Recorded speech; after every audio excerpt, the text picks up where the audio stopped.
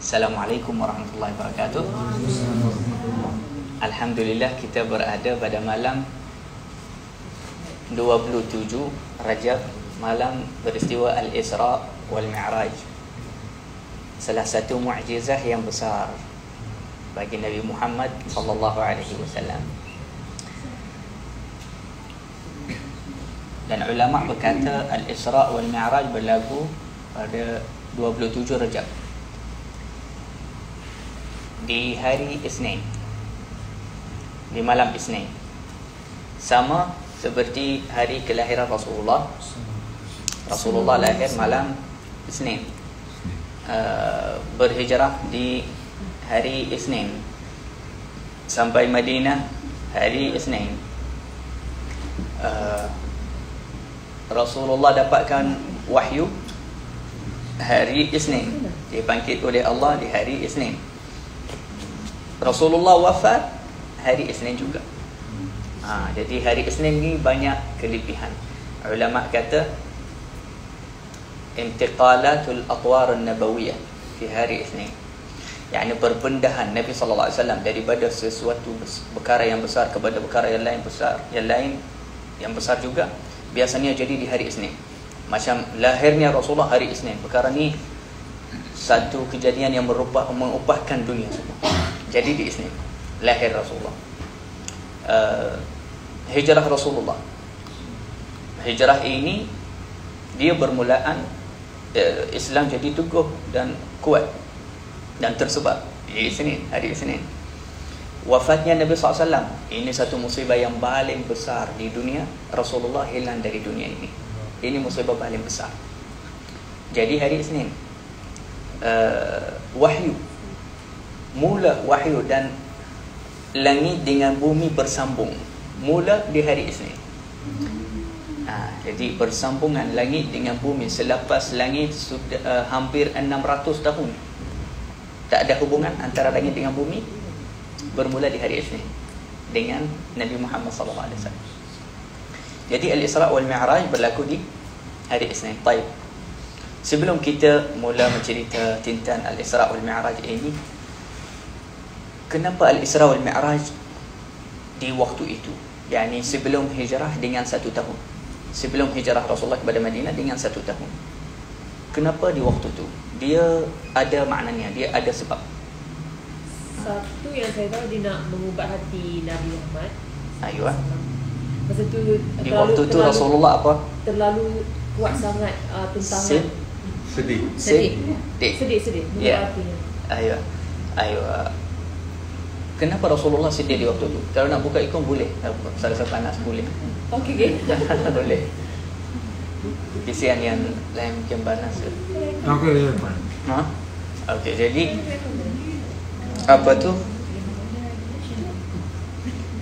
Kenapa Rasulullah sedih di waktu itu sampai Allah Subhanahu Wa Taala bawa Rasulullah di dalam rihlah Isra wal Mi'raj ini?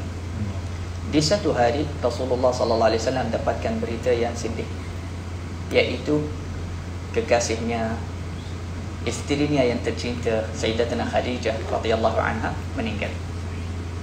Dan Sayyidatina Khadijah yang menenangkan hati Rasulullah jika pulang kepada rumah. Selalu kalau Rasulullah keluar, orang kafir ganggu, hinakan, macam-macam buat kepada Rasulullah. Rasulullah balik kepada rumah setiap hari sedih, macam-macam ada cerita. Jadi Khadijah radhiyallahu anha kerja dia di rumah, dia buat apa? Tunggu Rasulullah balik sahaja, dia kata, kamu ya Rasulullah baik, Allah akan menangkan kamu.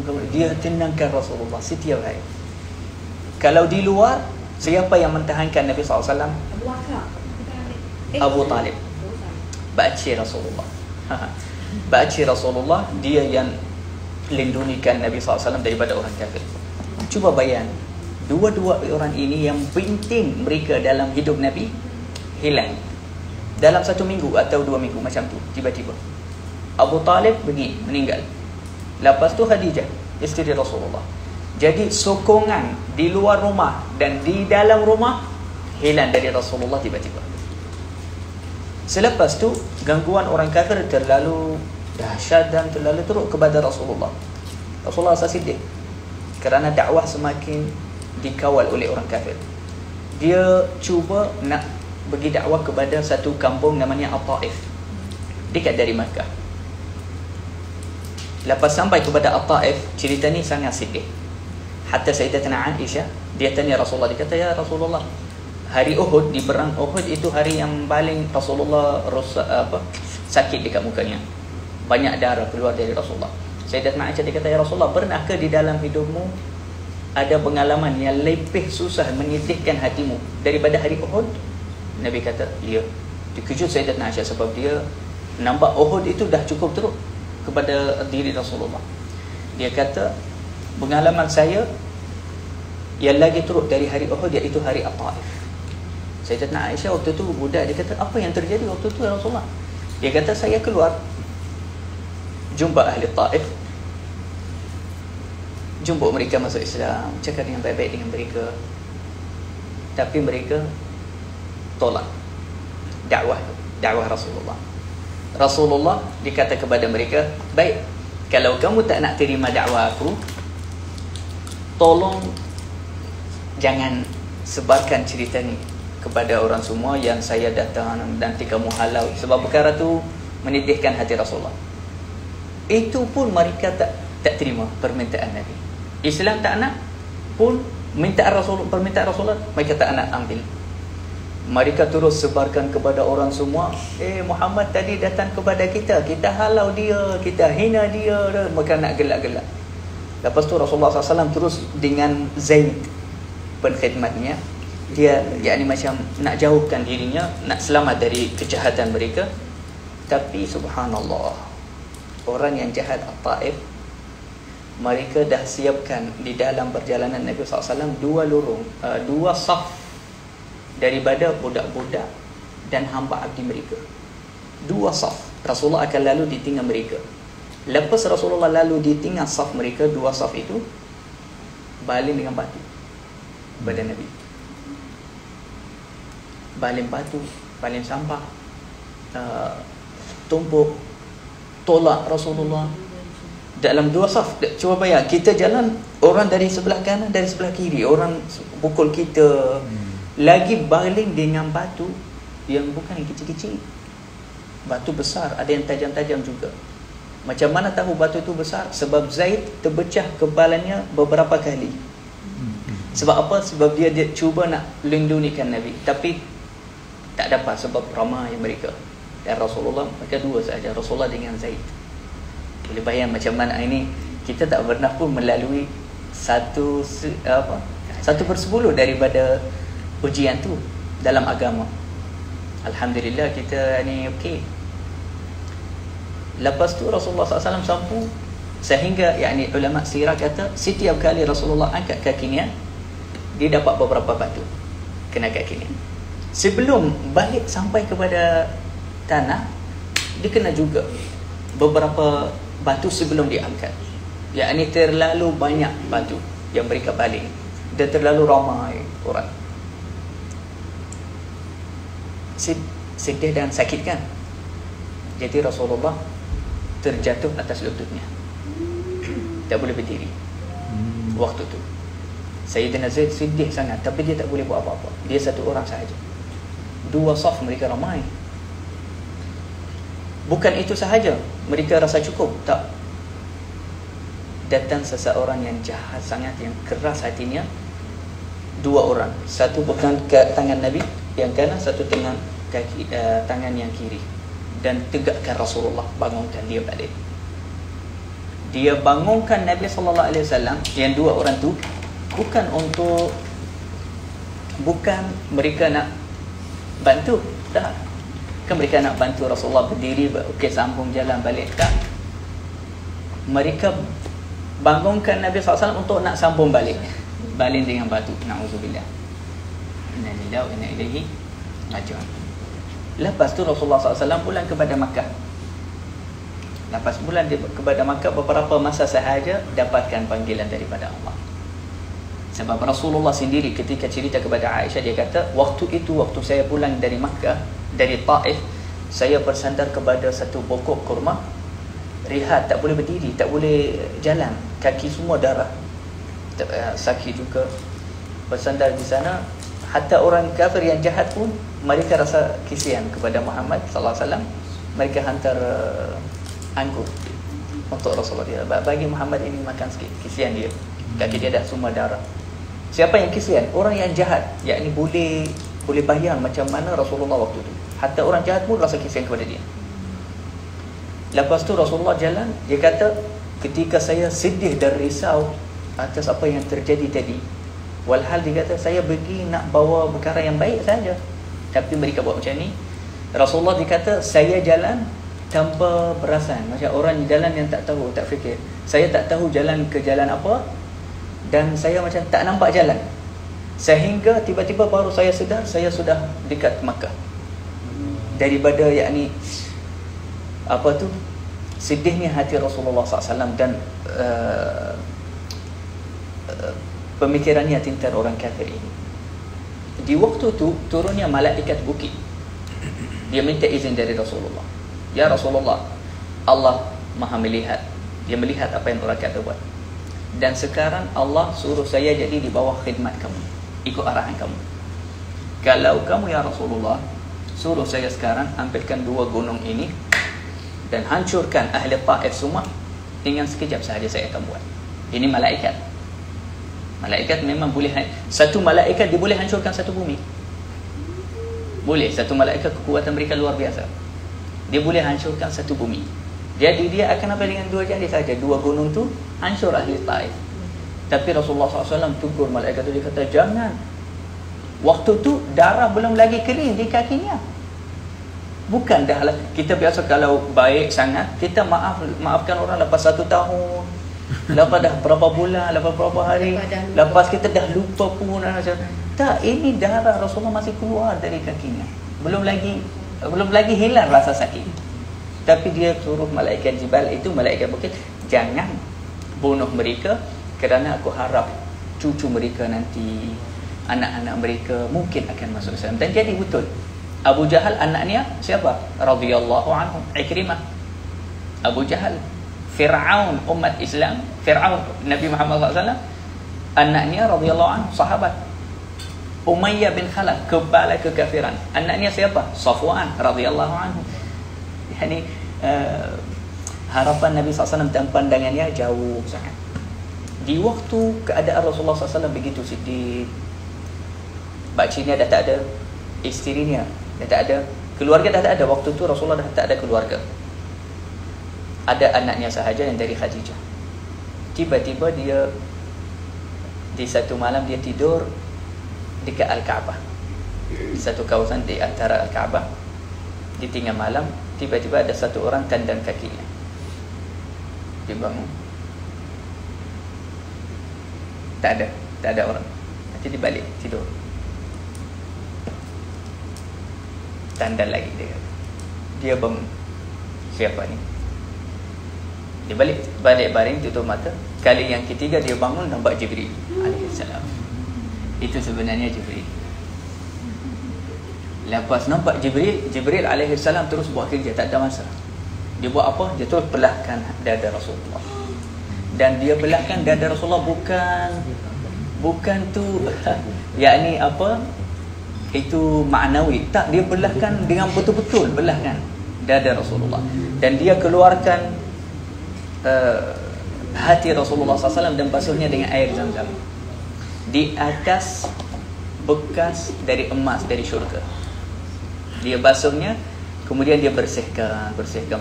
Dia kata lepas tu dia ambilkan hikmah dan cahaya dan ilmu, semua dia tuangkannya di dalam hati Rasulullah. Lepas tu dia balikkan. Dan Rasulullah dia kata, dia buat itu semua, aku melihat kepadanya. Mu'jizah, ini mu'jizah. Yani apa tu, memang nampaknya macam tapi siapa yang buat tu? Jibril. Dan itu daripada Allah Subhanahu Wa Taala. Lepas tu Jibril baru bagi tahu Rasulullah. Sebenarnya Rasulullah tentang Isra Mi'raj ni dia tak ada diberitahu sebelum tu. Bukan macam wahyu. Sebelum Nabi SAW dapatkan wahyu yang dalam keadaan sedar, memang Rasulullah dah mimpi berapa kali. Dah mimpi Jibril, dah mimpi wahyu. Jadi dia dah bersedia. Waktu turun wahyu, dia dah dapat berita yang dia akan jadi nabi. Tapi Isra Mi'raj ni tak, macam orang buat surprise. Tapi ni dari Allah kepada Rasulullah, gembirakan hati dia. Tiba-tiba Jibril dia kata, siap sekarang. Sekarang kita kena gerak. Tiba-tiba datangnya satu binatang yang terbang, namanya Al-Buraq. Jibril suruh dia. Al-Buraq ini lebih besar sikit daripada keledai. Warnanya putih, dan putihnya sangat kilat, cantik. Dan Al-Buraq itu tak ada di bumi kan? tak ada. Itu dibawa oleh Jibril. Jibril bawa sekali. Nanti Jibril bawa Al-Buraq itu, dia kata, ya Rasulullah, kamu ada jemputan malam ini, jadi kamu kena ikut. Kena ikutlah. Jadi Rasulullah siap, bukan nak pergi siapkan beg, bukan pergi siap baju, pergi siap begnya, pergi siap makan, tak ada. Di waktu tu dia kena ikut Jibril lah. Waktu tu Jibril alaihi salam suruh Al-Buraq, dan Al-Buraq ini dia macam binatang tapi dia boleh terbang, dan lajunya macam kilat, laju sangat.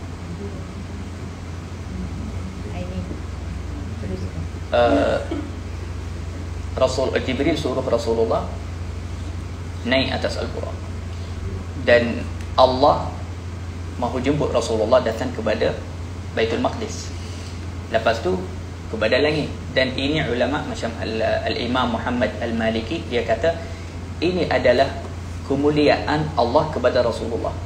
Allah boleh sahaja bawa Rasulullah terus dari sana, terus ke syurga, terus ke langit, tapi tak, Allah hantar kenderaan khas untuk Rasulullah, Al-Buraq.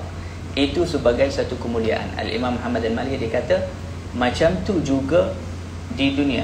Yani Al-Buraq ini dari Makkah kepada Palestin sahaja, kepada Baitul Maqdis. Tak, lepas Baitul Maqdis selesai semua, dari Baitul Maqdis ke langit Al-Mi'raj, Al-Buraq tunggu di bawah. Kenapa Allah guna Al-Buraq di bumi tapi di langit guna Al-Mi'raj? Sebab Masya Allah SWT macam ikut keadaan ahli dunia. Ahli dunia, kalau ada seorang raja atau orang yang hebat, dia nak jemput satu orang yang dia muliakan, datang ke istana dia, ke rumah dia, apa yang dia akan buat? Dia akan hantarkan kenderaannya yang khas kepada dia sehingga tempat dia, dan dia akan hantarkan macam drive dari orang yang bawa untuk dia sehingga tempat dia di sana, bawa dia datang kepada istana. Itu cara ahli dunia jika mereka muliakan tetamu mereka atau jemputan mereka. Jadi ini kenderaan yang Allah hantar untuk Rasulullah, Al-Buraq. Siapa yang drive dia? Jibril alaihissalam. Ada riwayat kata Jibril yang naik dengan Al-Buraq, suruh Rasulullah naik belakang dia. Jadi khidmat untuk Rasulullah sallallahu alaihi wasallam. Ketika Jibril suruh Rasulullah naik atas Al-Buraq, Al-Buraq permulaannya macam tak mudah bagi Rasulullah naik atasnya. Waktu tu Jibril pula marah kepada Al-Buraq. Dia kata, wahai Buraq, apa yang kamu buat ini? Sebab Al-Buraq tu kenderaan binatang tapi dia boleh faham. Dia kata, Jibril kepadanya, kamu ni tidak beradab. Demi Allah, tidak ada seorang makhluk yang pernah naik atas kamu yang lebih mulia daripada Muhammad. Waktu tu Al-Buraq terus rasa malu, takut sehingga berbuluh, dan dia tunduk sehingga jadi mudah untuk Rasulullah naik. Sebelum tu macam kuda lah, nak naik atas kuda dia bergerak macam tu, tak bagilah. Tapi lepas Jibril tegur dia, yani maknanya Al-Buraq itu Isa dah pernah naik, Musa pernah naik, tapi Jibril dia cakap dengan Al-Buraq, kamu kena tahu yang akan naik sekejap lagi ni manusia yang luar biasa. Tak pernah orang naik atas kamu seperti ni, lebih mulia daripadanya, yaitu Rasulullah sallallahu alaihi wasallam. Selepas itu mulalah rihlat Al-Isra. Sebab Al-Isra wal Mi'raj ini dua. Al-Isra mukjizat pertama. Al-Mi'raj itu mukjizat lain lah. Dia dua mukjizat. Al-Isra itu bergerak dari Makkah, Masjidil Haram kepada Al-Masjidil Aqsa di Filistin. Al-Mi'raj daripada Masjidil Aqsa ke Allah, kepada Allah, sehingga bertemu dengan Allah Subhanahu Wa Taala. Cuma ketika Rasulullah SAW ditinggal Isra, Allah Subhanahu Wa Taala tunjukkan Rasulullah SAW banyak perkara yang ajaib. Itu macam mana kita nak cakap, yakni macam orang tunjuk kita dekat skrin contoh kerja. Kita akan bina rumah macam ni, nanti akan tunjuk gambar. Nanti kita akan suruh orang buat macam ni, nanti akan tunjuk movie, semua berlakon macam tu. Tapi Allah Subhanahu Wa Taala tunjukkan dia hakikat terus, tunjuk Rasulullah.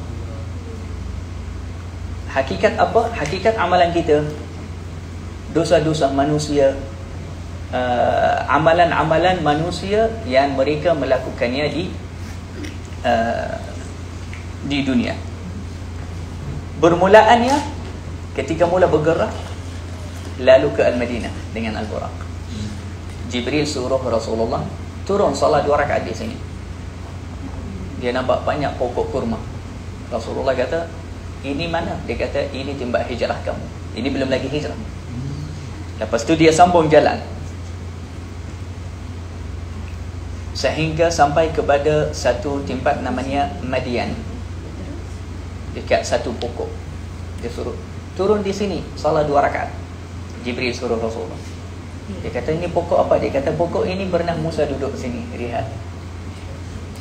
Ini hubungan Nabi SAW dengan para anbiya dan mursalin. Lepas tu atas satu gunung pula, dia suruh Rasulullah turun salat. Dia kata, gunung apa ni? Dia kata, ini gunung Sina. Di kawasan inilah Allah SWT berbicara dengan Nabi Musa. Jadi tempat itu berkat. Di mana-mana Nabi pernah masuk, pernah sentuh, pernah hidup, tempat dan kawasan dan negeri itu semua berkat. Sebab itu Jibril suruh Rasulullah salat di bawah pokok yang Musa pernah duduk rehat. Duduk rehat sahaja.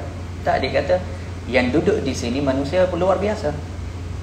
Jadi mesti kesannya, keberkatannya masih kekal sehingga hari kiamat. Ada. Di mana-mana orang saleh duduk, di mana-mana orang saleh pernah masuk, yakin insya-Allah ada keberkatan. Lagi-lagi kalau itu Nabi Allah SWT. Selepas tu Nabi Jibril suruh Rasulullah sambung jalan sehingga Rasulullah SAW sudah dekat nampak istana-istana Syam, negara Syam, yakni Syria macam tu. Belum lagi sampai Palestin. Sebelum sampai kepada Syam, Jibril suruh dia salat di sini, rumah daging, nama tempat itu. Dia kata, kenapa? Dia kata, ini tempat kelahiran Isa. Maryam. Isa. Maryam lahirkan Isa di sini. Jadi kalau tempat lahirnya Nabi Isa alaihissalam ada berkat, dan Nabi Muhammad dikenal solat di sana, bagaimana tempat lahirnya Nabi Muhammad SAW? Lagi berkat dan mulia. Selepas itu Nabi SAW sambung jalannya. Belum lagi sampai ni Isya ke? Belum. Lepas tu Nabi SAW sambung jalan kepada Baitul Maqdis. Tiba-tiba ada satu makhluk yang besar, ada api di tangannya, dia nak bakar muka Rasulullah. Rasulullah SAW pun tak pandang kepadanya dan risau, siapa ini? Rasulullah atas Al-Buraq, tapi itu asyik kajar Rasulullah, dia nak bakar muka dia. Jibril dia kata kepadanya, ya Rasulullah, ini satu jin, satu syaitan daripada golongan jin, dia campurlah dengan kamu. Yang kamu, sebab Nabi SAW yang lindungikan manusia semua, sebab itu syaitan yang jahat campurlah dengan Rasulullah, juga campur dengan orang-orang saleh. Kalau ajar orang buat baik, kalau mereka orang saleh melindungikan orang, syaitan tak suka. Sebab syaitan suka manusia yang kawan dengan mereka. Dan ramai banyak sangat manusia yang kawan baik dengan syaitan, dan syaitan suka mereka. Tak ada apa-apa masalah. Tapi bila mana ada orang ajar mereka baca zikir, baca ayat kursi, baca Quran, baca tahsin lah macam tu, syaitan dah mula rasa terganggu. Jadi dia nak bakar muka Rasulullah SAW. Jibril kata kepadanya, aku boleh ajar kamu satu doa ya Muhammad. Kalau kamu bacanya, apinya akan terpadam dan dia akan mati terus di waktu itu. Jin syaitan itu. Nabi SAW kata, ajar saya. Dia kata, baca a'udzu biwajhil. Ini bagus kalau kamu semua hafal. Doa ini bagus bacanya bila rasa tak tenang, baca atau tiba-tiba dengarlah bunyilah apa-apa di rumah, takut ada hantu ke apa-apa, baca doa ini. Doa ini bagus. Siapa yang ajar? Jibril. Ajar siapa?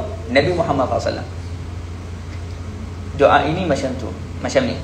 A'udzu biwajhillahil karim wa bi kalimatillahi tammat allati la yujawizuhunna barrun wala fajir min syarri ma yanzilu minas samai wa min syarri ma ya'ruju fiha wa min syarri ma dara'a fil ardi wa min syarri ma yakhruju minha wa min fitanil laili wan nahar wa min tawariqil laili wan nahar illa tariqan yatruqu bi khair ya Rahman. Ini doanya. Lepas Jibril ajar Rasulullah dan Rasulullah baca doa itu, terpadam api syaitan itu dan jatuh kepada muka dia, terus mati di waktu itu. Maknanya ya Rasulullah nampaknya semua di dalam perjalanan Isra itu, semuanya hakikat, dia bukan macam skrin je atau khayal. Tak, semuanya hakikat. So syaitan tu mati terus di waktu itu. Maknanya perkara tu semua hakikat. Lepas tu Rasulullah SAW jalan. Di tengah jalan sebelum sampai kepada Masjidul Aqsa, dia bau wangi sangat. Nabi SAW. Dia tanya Jibril, bau apa ni? Dia kata ini bau Masyitat binti Fir'aun. Bau perempuan yang sekat rambut anak Fir'aun. Yang kerjanya sekat rambut anak Fir'aun. Jadi Nabi SAW kata, apa ceritanya? Lepas tu Jibril cerita, dia kata di satu hari dia tengah sekat rambut anak Fir'aun, terjatuh sekat itu. Kemudian dia ambil sekat itu dengan menyatakan Bismillah, syilakalah Fir'aun. Adalah tuan dia. Anak Fir'aun tu dia pandang, dia kata, adakah kamu mempunyai Tuhan selain ayahku? Sebab Fir'aun kan dia paksa rakyatnya mengaku dia Tuhan. Kamu ada Tuhan selain ayahku? Dia kata, mana ada ayahmu Tuhan pun. Tuhan saya dan kamu dan ayah kamu adalah Allah. Dia kata, aku bagi tahu ayahku. Dia kata, bagi tahu. Dia bagi tahu Fir'aun. Fir'aun bawa dia, mari sini. Dia dengan suami dia dengan 2 anak atau 3. Sekarang murtad, sujud kepada saya, percaya saya Tuhan. Dia cakap, tak, kamu nak buat apa, silakan, saya takkan tinggalkan agama Allah. Dia lama simpan agamanya sebenarnya, tapi akhirnya dia lahirkan. Fir'aun dia kata, aku akan bunuh kau semua, satu keluarga. Dia kata, saya ada satu permintaan sahaja. Lepas bunuh kita, masukkan kita semua dalam satu kubur, satu keluarga. Dia kata, baik, kerana kamu lama jaga anak saya, aku bagi permintaan tu. Dia akan baik. Itu kebaikan Fir'aun. Tengok kebaikan Fir'aun, tengok macam mana. Dia kebaikan dia dimasukkan mereka dalam kubur, satu keluarga. Itu kebaikan dia. Dia kata, aku kisah kamu lama kerja di rumah saya, jadi balasan saya kepada kamu, saya akan bagilah kamu semua masuk dalam satu kubur. Lepas tu dibunuh mereka semua. Tak payah cerita macam mana cara, sebab itu kasar sangat. Caranya memang tak boleh pun ni dengar cerita macam mana dia bunuh mereka. Lepas tu cuma yang ajib, anaknya yang ketiga dia masih bibi, masih minum susu. Ayuh, Masyitat Fir'aun. dia masih minum susu. Di waktu tu pun macam nak balikkan dia dalam api minyak yang panas macam tu. Dia sedih, dia nangis. Jadi Firaun dia kata, kenapa? Dah fikir balik. Dia kata, tak, saya takkan beriman kepada kamu. Tiba-tiba Allah SWT bagi anak dia, bibi itu yang umur bawah 1 tahun, berbicara. Dia kata, ya ummi, wahai ummi, balingkanlah diri kamu. Kamu akan masuk syurga terus daripada api Firaun itu. Sekejap sahaja, tapi terus masuk ke syurga Allah. Masuk api Firaun, masuk syurga Allah. Lepas tu dibalingkan diri dia. Lepas tu Rasulullah nampak lagi beberapa kaum yang disiksa oleh Allah. Cara persiksaan mereka, kepala mereka dihancurkan oleh 2 batu yang besar. Maksudnya dekat langit? Di atas Al-Buraq, masih perjalanan kepada Masjidil Aqsa. Semua itu nampaknya di dalam perjalanan. Itu belum lagi sampai.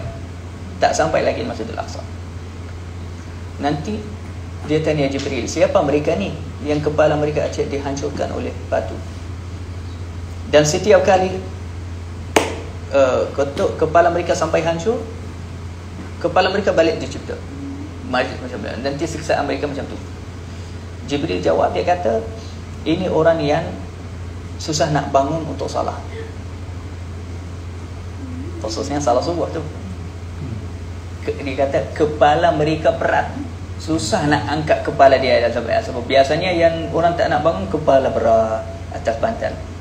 Jadi siksaan mereka, balasan Allah kepada mereka macam lebih kurang sama kepada kepala mereka. Kepala ni tak nak bangun solat, ini yakni balasannya di hari kiamat. Jadi solat ini penting, khususnya salat subuh. Kita mujahadah bangun salat subuh. Kita buat alam, kita tidur awal. Kalau ada siapa-siapa dari keluarga kita, ibu ke ayah, bangun awal, kita kena bagi tahu, kejut kita. Lagipun kalau ibu kita kejut, jangan kita marah. Jangan kita marah pula. Kita kena gembira.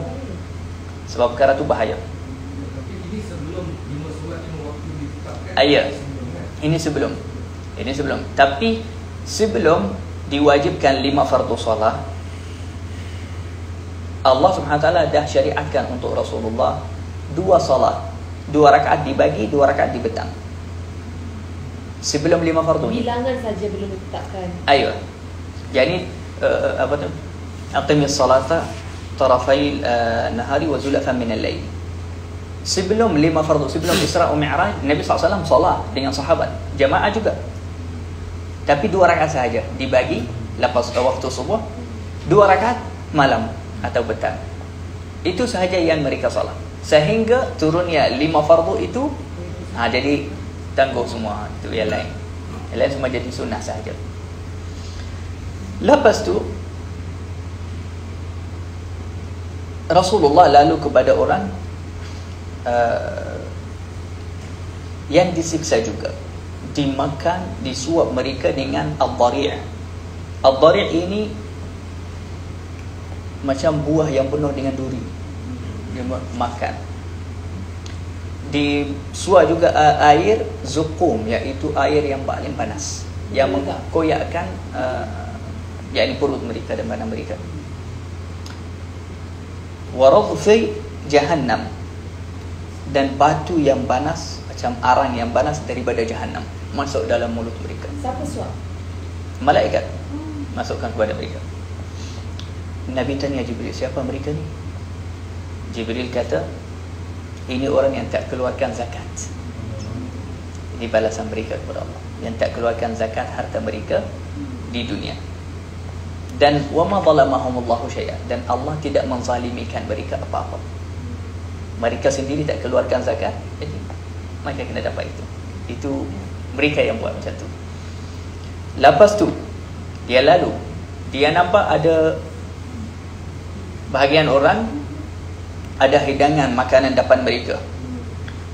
Ada satu daging, ada dua meja makan. Satu meja atasnya kambing yang sudah potong cantik, masak sedap, baunya sedap, dan meja yang lagi satu atasnya daging yang berulat, busuk, tak masak. Jadi mereka ni buat apa? Mereka bagi kepada daging yang busuk, yang berulat, yang tak masak, bagi makan itu. Dan tinggalkan daging yang cantik, yang sedap, yang masak, yang baunya sedap. Nabi bilik kan kalau keadaan tu. Tanya Jibril, kenapa? Siapa ni? Dia kata, ini contoh seorang suami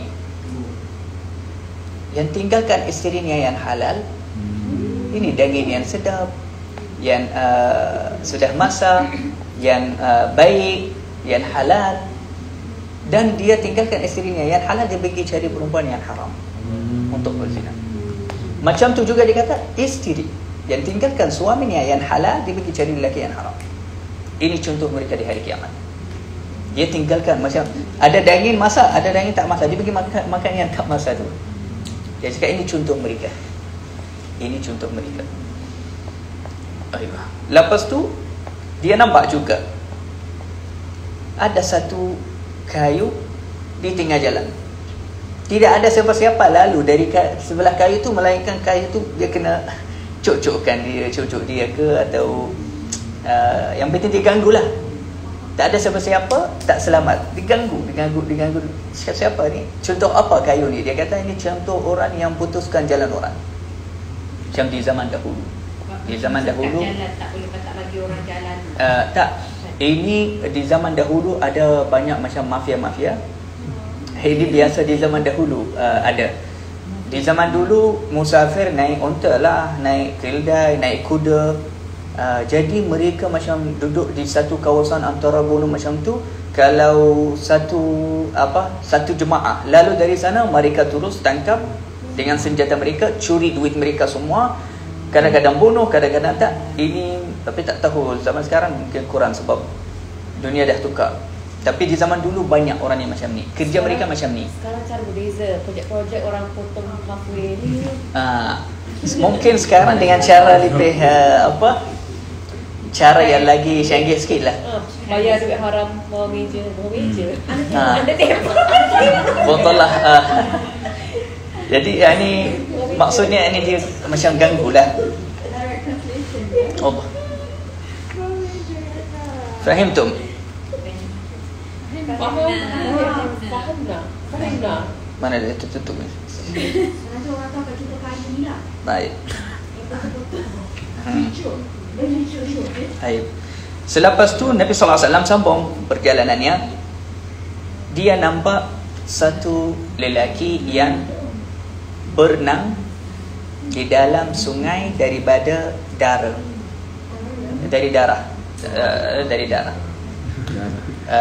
Yulqamu Darah. Aywa. Yulqamul hijarah. Dia dalam macam lemas dalam darah, dan disuap dengan baksa dalam mulutnya darah, batu dalam mulutnya. Dia kata siapa ni? Dia kata orang ini yang makan riba, muamalah riba dalam perniagaan yang dia guna riba, dan dia makan. Apa seksa dia?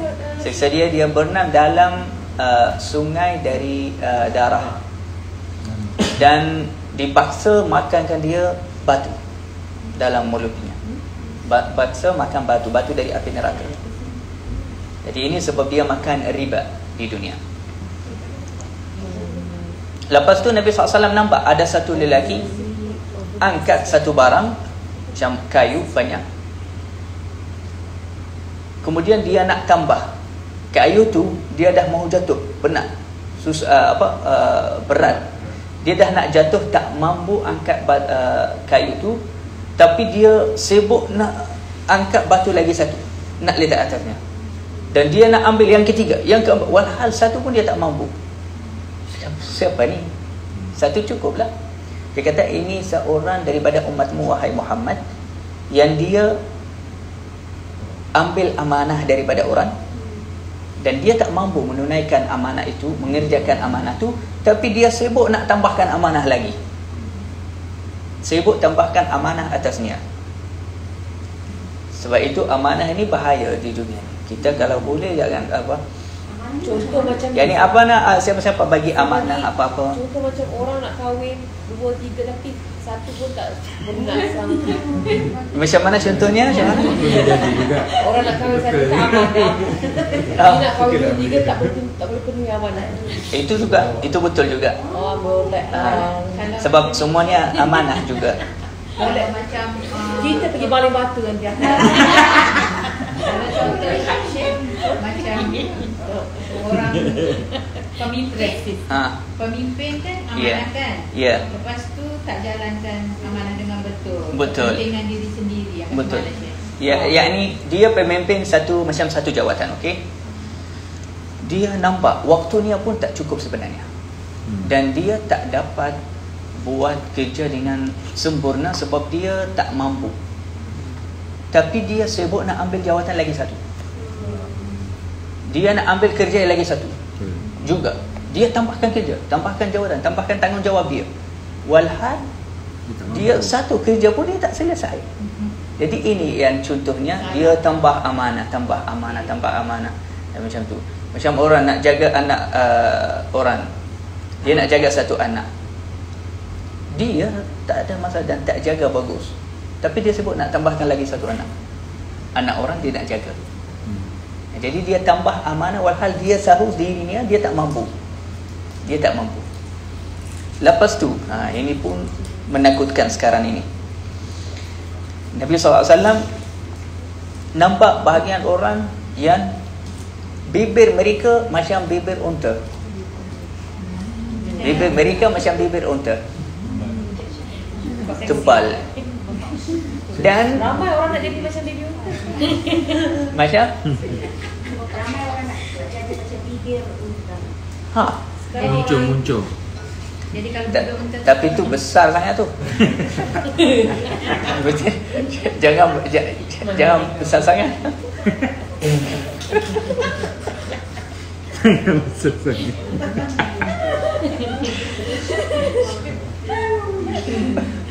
Okey. Lepas tu dipotong bibir mereka dengan gunting dari besi api neraka. Setiap kali dipotong balik ada. Potong balik ada. Tanya siapa ini? Dia kata ini adalah khutabaul fitnah. Ulama fitnah. Ulama. Ayuh, yang menyebarkan fitnah, merosakkan yakni macam dengan satu khutbah. Sebab ini banyak ada dalam sejarah. Yakni seorang alim yang rosak, yang termakan dengan dunia, dengan macam tu, dia bagi satu ucapan, dia gerakkan fitnah besar antara dua golongan. Sebab apa? Sebab mereka percaya dia. Dia guna itu dengan satu khutbah sahaja. Satu khutbah, satu ucapan dia bagi, dia hancurkan masyarakat semua. Yang ini semua perang. Dan sebenarnya yang jadi di negara Arab banyak yang perang. Dan masalah itu banyaknya antaranya juga antara perkara yang panaskan keadaan khutbah-khutbah bahagian masyayikh dan ulama. Dan ketika itu tak ada lagi ulama kan? Ketika Nabi ada tu masa lagi. Tak ada lagi. Yani Jibril dan Allah SWT tunjukkan Rasulullah keadaan yang akan jadi di umatmu sampai hari kiamat. Waktu itu tak ada lagi. Lepas tu Rasulullah lalu dia nampak bahagian orang kuku mereka panjang, tajam. Sekarang pun orang suka. Daripada macam dari besi yang tajam dan kuat. Itu mencontohikan perkara macam ni, dia tak bagus. Rambut panjang ni sekarang. Itu kita tak faham nak makan macam mana. Kalau nak garu macam mana? Tidur sebelah suami dia macam mana? Garu suami. Itu dah cakap dah tak perlu pisau. Kalau dia nak potong apa-apa bawang dekat dapur, dia kena guna kuku dia saja. Panjang, kadang-kadang panjang kan? Saya pun boleh katakan. Tapi subhanallah, ini mereka buat apa? Mereka sendiri cakau muka mereka sehingga keluarkan kulit. Macam tu. dan dada mereka. Nabi SAW tanya Jibril, siapa mereka ni? Dia kata, ini orang yang mengumpat kepada orang lain. Mengumpat. Oh my god. Ini orang yang mengumpat.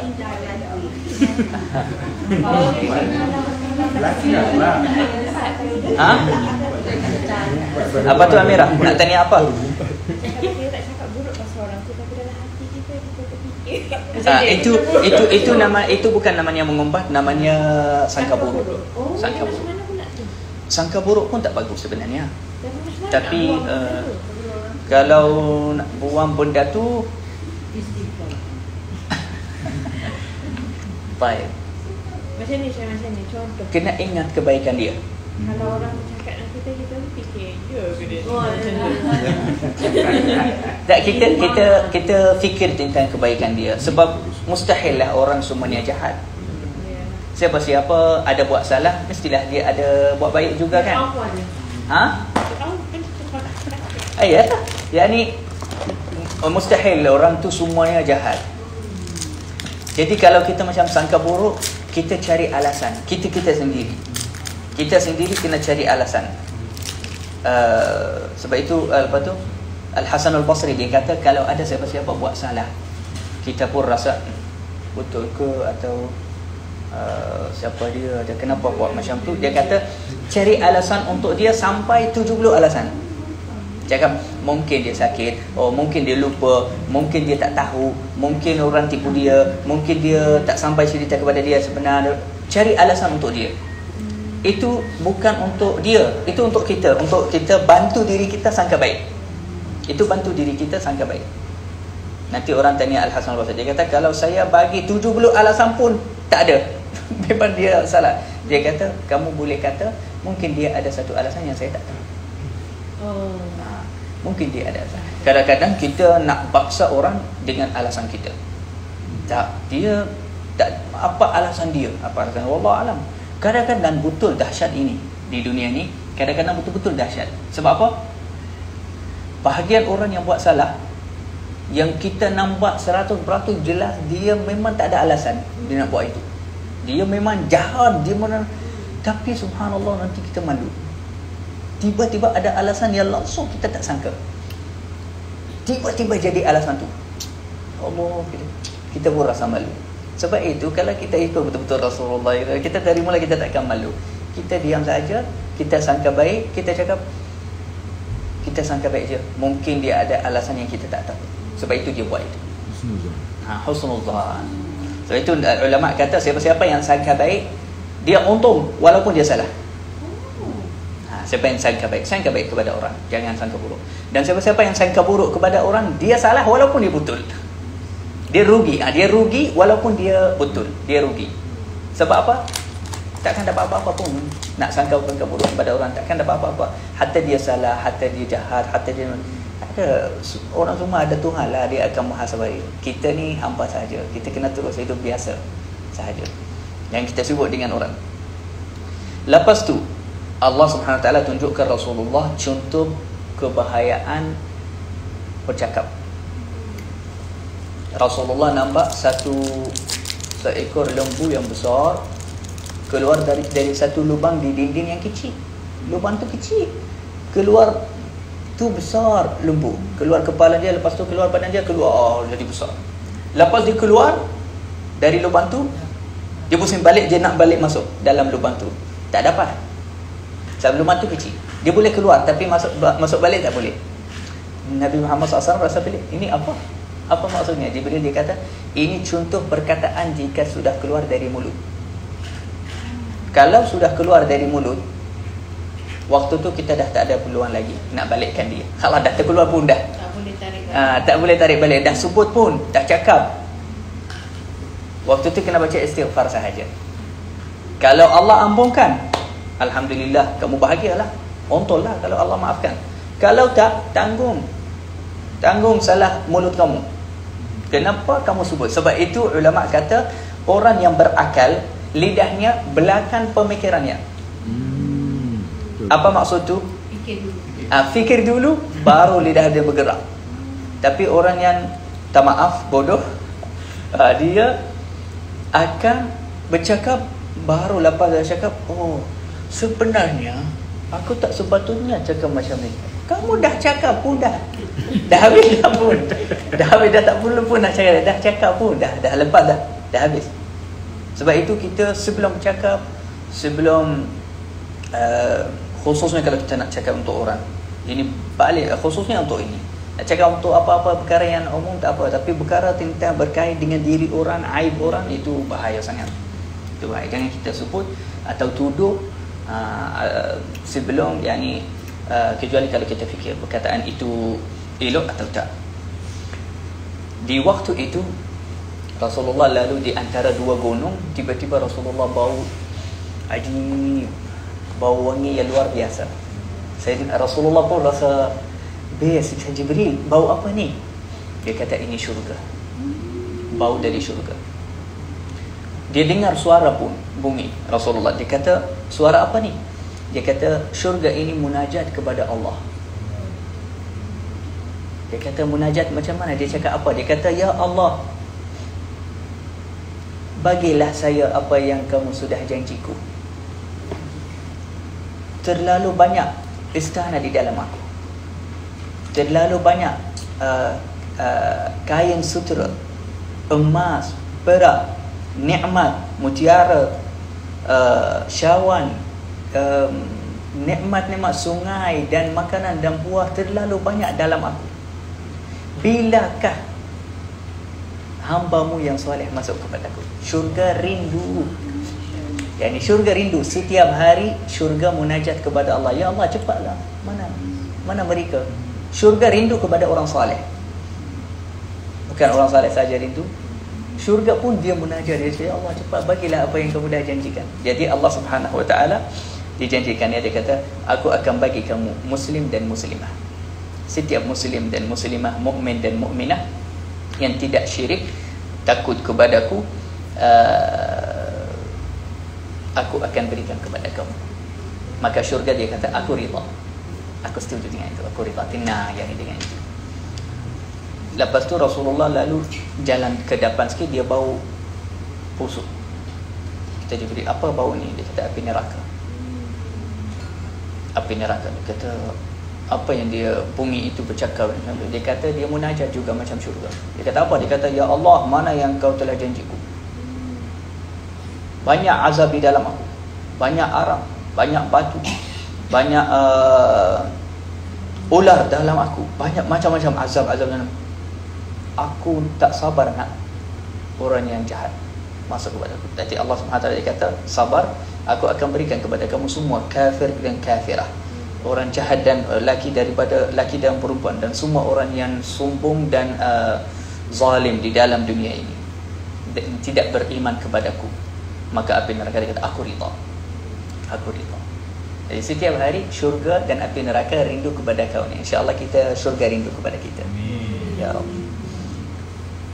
Lepas tu Rasulullah SAW sampai kepada Palestin, kepada Masjidil Aqsa. Di sana Rasulullah SAW nampak al-masjid, turun dengan al-buraq. Dia ikat al-buraq. Al-buraq pun dia ada tali yang pegang dia. Bukan kerana al-buraq akan lari, sebab itu Rasulullah ikat, tidak, tetapi itu adat lah. Kalau ada binatang dia kena ikat supaya tak pergi. Dan Jibril alaihissalam ada satu batu di depan Masjidil Aqsa, depan pintu masjid. Batu tu macam kubah macam tu. Jibril masukkan tangannya dekat batu tu, jadi ada lubang.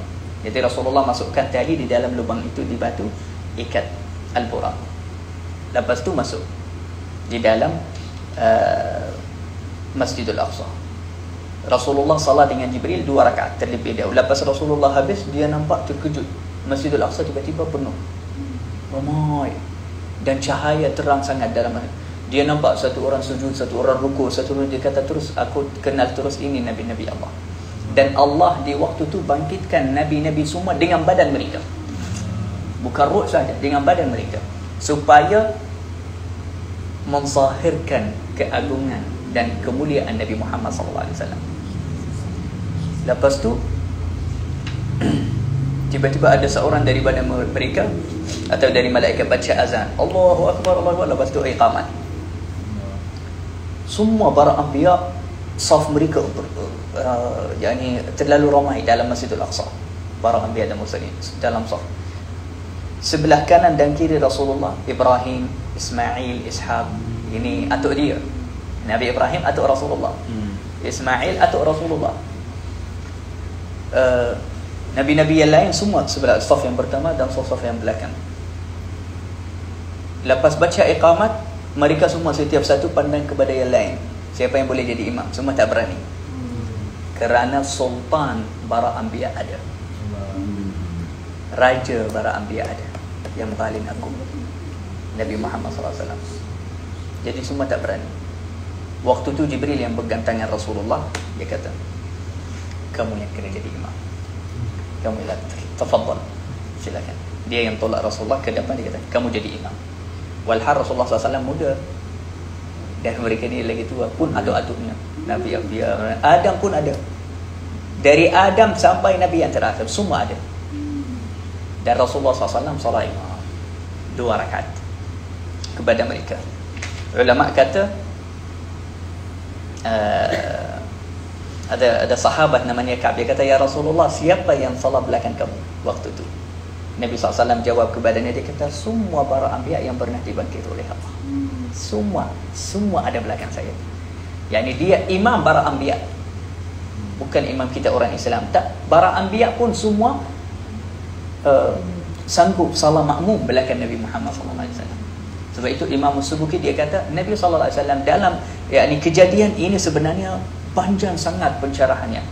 Kalau kita nak syarah, Imam Subuki dia kata, dengan ringkas sahaja, macam Allah SWT nak bagi tahu, Nabi SAW dia adalah Nabi kepada seluruh manusia, hatta kepada para anbiya. Sebab itu Nabi-Nabi semua salat belakang Nabi makmum. Dia tak boleh orang jadi belakang imam, kena jadi orang yang paling mulia lah, paling hebat, paling alim. Jadi Nabi Muhammad SAW jadi imam mereka semua.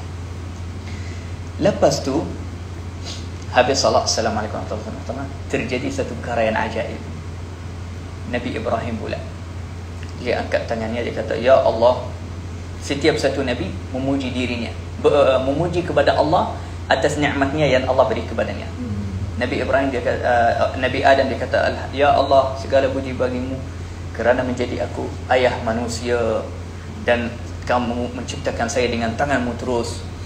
Nabi Ibrahim dia kata, ya Allah, alhamdulillah kerana kamu menjadikan saya Khalilur Rahman, memberi kepada saya kerajaan yang agung. Semua para anbiya dari keturunan saya, Nabi Ibrahim. Nabi Musa dia kata, alhamdulillah yang binasakan Fir'aun oleh saya. Nabi Musa ni Nabi yang garang. Dia yang garang, tabiatnya yani dia bukan lembut-lembut. Nabi Musa. Doa dia apa? Sebab itu Doa dia apa? doa dia, dia cakap, alhamdulillah yang Allah binasakan Fir'aun oleh saya, dan Allah mau berbicara terus dengan saya. Sebab dia kalimullah, Nabi Musa. Dan Allah menjadi umatku kaum yang memberi hidayah kepada orang lain, iaitu Bani Israel. Lepas tu Nabi Daud, dia bangun, setiap satu dia cerita, setiap satu dia mulai cerita. Nabi Daud dia kata, alhamdulillah yang Allah berikan kerajaan kepadaku, Allah mengajarkan saya Az-Zabur, Allah lembutkan besi di tangan saya. So Nabi Daud kalau pegang besi yang besar pun terus jadi lembut, cair di tangan dia. Itu mukjizatnya. Dan Allah taskhirkan bukit dan gurun semua ikut saya, di bawah arahan saya. Dan Allah memberikan hikmah kepada saya. Nabi Sulaiman bangun, alhamdulillah yang Allah taskhirkan angin dengan syaitan-syaitan semua jadi tenteraku, dan jin semua tentera. Kerajaan Nabi Sulaiman dibangun oleh jin dan syaitan. Semua jadi khidmat kepada ni. Allah suruh murid syaitan semua di dunia jadi tunduk kepada Nabi Sulaiman. Isa alaihi salam yang terakhir, dia bangun, dia kata, alhamdulillah yang mencontohkan saya, yang menjadikan saya seperti Adam. Yani Allah ciptakan saya tanpa ada ayah. Dan Allah dengan kalimah Allah, iaitu kun, jadi, terus saya jadi. Ibunya Maryam tak kahwin, tapi dia hamil dengan Isa. Dia bangga dengan itu. Dan Allah ajarkan saya At-Taurah, Al-Injil, dan Allah jadikan saya mengubatkan orang yang sakit dengan tangan saya, hidupkan orang yang mati. Semua itu kemuliaan Allah kepadaku. Waktu itu Nabi SAW dia kata, kamu semua telah memuji kepada Tuhan kamu, sekarang aku akan mula memuji kepada Allah. Alhamdulillah alladhi arsalani rahmatan lil alamin. Segala puji bagi Allah yang mengutuskan saya sebagai rahmah lil alamin. Mereka semua tak boleh cakap tu, sebab bukan lil alamin. Setiap satu kepada kaumnya sahaja. Nabi Muhammad sahaja lil alamin. Dan Allah mengutuskan saya Nabi kepada manusia semua. Dan Allah bagi saya Al-Quran. Dan Allah menjadikan umatku. Setiap satu Nabi dia cerita tentang dia. Nabi Muhammad tak ingat, tak lupa kita. Di depan para anbiya pun di depan Allah, dia tak lupa kita. Dia ingat kita juga. Dia sempat juga berbangga dengan kita. Macam mana umat ni? Nabi SAW kata, dan Allah menjadikan umatku umat yang terbaik yang pernah keluar di manusia. Yani berbangga dengan kita. Dan Allah menjadikan umatku tingah wasatiyah. Dan Allah menjadikan umatku sahaja. Nabi SAW, Allah menjadikan umatku yang terakhir di ciptaan Allah zaman, tapi mereka yang terdahulu akan masuk syurga. Yang terlebih dahulu masuk syurga sebelum umat yang lain. Kita akan masuk syurga sebelum umat Musa, walaupun mereka sebelum kita dengan 5,000 tahun, tapi kita akan masuk awal. Sebab apa? Sebab Nabi Muhammad SAW. Dan Allah telah meluaskan dada saya, mengampunkan dosa saya. Allah tinggikan sebutan dan nama saya, dan Allah menjadikan saya pembukaan para anbiya dan penutup para anbiya. Nabi Ibrahim di waktu itu dia pandang kepada para anbiya semua, dia kata, bihadza fadalakum Muhammad. Dengan inilah Muhammad menjadi yang lebih agung dari kita semua. Yang dia sebut tadi itu, kelebihannya dan kelebihan umatnya. Ini Ibrahim, dia pun rasa bangga dengan Nabi Muhammad sebab ini keturunannya. Nabi Muhammad pun keturunan Nabi Ibrahim AS. Lepas tu mereka berbincang, para anbiya dan mursalin. Boleh lagi share? Boleh ya? Boleh. Panjang lagi. InsyaAllah. Boleh. Nabi lepas tu mereka semua berbincang, para anbiya dan mursalin, yakni tentang hari kiamat. Setiap satu Nabi kata, macam mana tentang hari kiamat? Ada orang tahu, ada mereka cakap, kita semua serah kepada Isa. Yakni di waktu tu macam mesyuarat para anbiya dan mursalin semua sama-sama yang Allah ciptakan mereka semua. Yakni ajib, subhanallah. Itu tak pernah jadi, tahu. Di zaman Nabi Musa dia tak pernah nabi-nabi semua berkumpul macam ni. Dari sejarah manusia semua, dari mula Allah cipta Adam di zaman Nabi Muhammad. Sebab ini yang last yang akan penutup para anbiya dan mursalin. Jadi kamu semua akan berkumpul. Sebab ini habis penutup. Lepas ni dunia hancur, kiamat.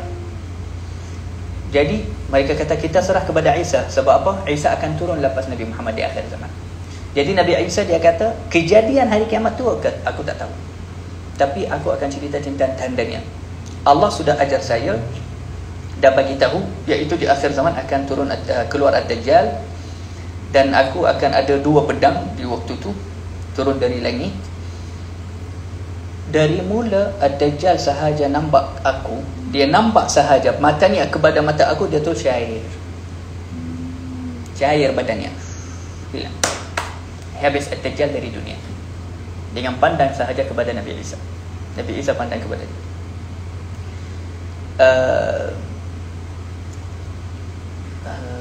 Lepas tu akan keluar Ya'juj Ma'juj. Dia cerita saja tentang tanda. Mereka akan rosakkan dunia. Lepas tu aku yang akan baca doa penasakan mereka, sehingga satu bumi jadi busuk daripada badan mereka, sebab terlalu banyak Ya'juj Ma'juj. Lepas tu aku baca doa, Allah turunkan hujan, bawa badan mereka semua tu kepada laut. Dia kata, Isa, kalau perkara tu semua dah jadi, Dajjal selesai, Ya'juj Ma'juj dah mati di dunia ni, waktu tu dia kata hari kiamat tu macam perempuan yang hamil yang sudah habis bulan, habis masa, keluarganya tunggu sahaja bila-bila dia lahirkan anak. Yani waktu tu khalas, orang kena bersedia lepas Ya'juj Ma'juj. Selepas Ya'juj Ma'juj, waktu tu kerana Rasulullah pun dah pusing sana tengok sana, dia duduk dengan tiba-tiba rasa dahaga sangat. Nabi SAW dia minta Jibril nak air, nak minum. Jibril dia kata baik, dia bawa dia, bagi dia 2 cawan, satu susu, satu arak, khamar. Nabi SAW nampak dia pilih susu. Jibril dia kata bagus, kamu pilih al-fitrah, kamu pilih fitrah yang bagus. Kalau kamu minum khamar, umat kamu akan sesat. Jadi subhanallah, kita sekarang dilindungi oleh kebijaksanaan dan cara Rasulullah SAW yang bijak. Yani oleh keberkatan Rasulullah kita dijaga sampai sekarang. Kalau Rasulullah salah di waktu itu, kita semua akan sesat. Yani umat Islam akan hancur, takkan sampai hari kiamat. Tapi subhanallah, sebab itu kita, hatta majlis kita ini oleh keberkatan Rasulullah. Kita ingat Rasulullah sentiasa. Apa-apa yang kita buat baik, kita bahagia, kita gembira, kita kena ingat itu semua sebab Rasulullah. Allah memang Tuhan yang ciptakan perkara itu, tapi sebab itu siapa? Rasulullah. Rasulullah dia sebab perkara itu. Lepas tu mula sekarang al-Mi'raj. Habis jumpa Anbiya, habis semua jumpa mereka, salam mereka, semua. Dia akan jumpa mereka, bahagian mereka Nabi di langit. Keluar sahaja daripada pintu Masjidil Aqsa, Rasulullah sallallahu alaihi wasallam dah siap di depan masjid. Di depan pintu ada Mi'raj. Mi'raj itu satu makhluk yang dari cahaya, seperti macam sekarang lift. Seperti lift. Rasulullah masuk di tinggal dia, di bawah Rasulullah. Di bawah Rasulullah dengan cahaya. Jibril sebelah dia, ikut teman Rasulullah SAW. Dia naik sehingga langit yang pertama. Jibril ketuk pintu. Ketuk pintu langit yang pertama. Malaikat yang jaga, sebab setiap satu malaikat dia ada penjaga. Penjaga langit itu dari syaitan. Lepas kata itu, siapa? Dia kata Jibril. Dengan siapa? Dia dengan Muhammad. Oh, sudah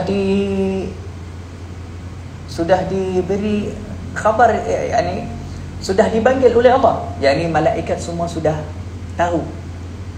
Sudah tahu yang satu hari Nabi Muhammad ni akan naik kepada langit. Ada bahagian ulama kata bumi ini, ada bahagian ulama dia kata antara asbab Isra Mi'raj, bumi berbangga kepada langit. Kata, aku lebih bahagia, lebih mulia dari engkau. Wahai langit. Langit kata kenapa? Dia kata dahi Muhammad sujud atasku. Dia bijak dengan kakinya, saya bukan kau. Jadi langit mengadu kepada Allah. Allah kata saya akan bawa dia untuk mengambil hati langit itu. Dan ahli langit juga, ada bahagian malaikat yang selalu di bumi, ada bahagian malaikat di langit. Malaikat yang di atas mereka cakap kita selalu di tempat yang Rasulullah hidup. Macam tu. Jadi Allah SWT janji, ahli langit satu hari aku akan bawa kekasihku ni, supaya kamu semua dapat jumpa dia dan melihat dia. Jadi mereka tanya Jibril, sudah dipanggil? Dia kata sudah. Mereka kata marhaban bihi, ahlan wa sahlan, yani selamat datang.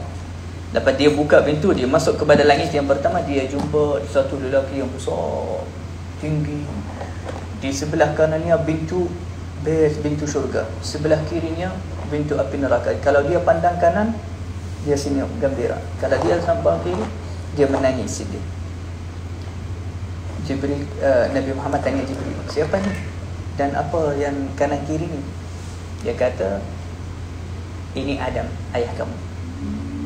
Yang sebelah kanan itu ahli syurga dari zuriatnya. Jadi kalau dia nampak mereka gembira, dia suka, baguslah kamu ikut saya wahai anak saya.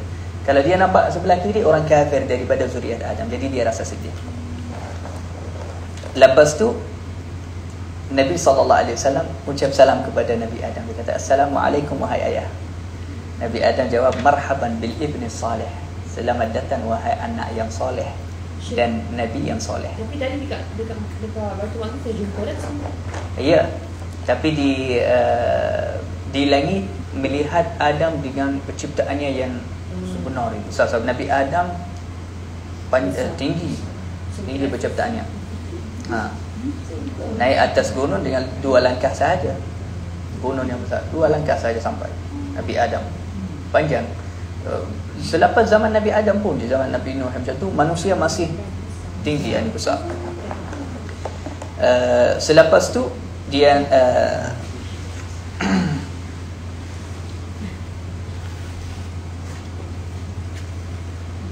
Allahumma salli wa sallim alaihi.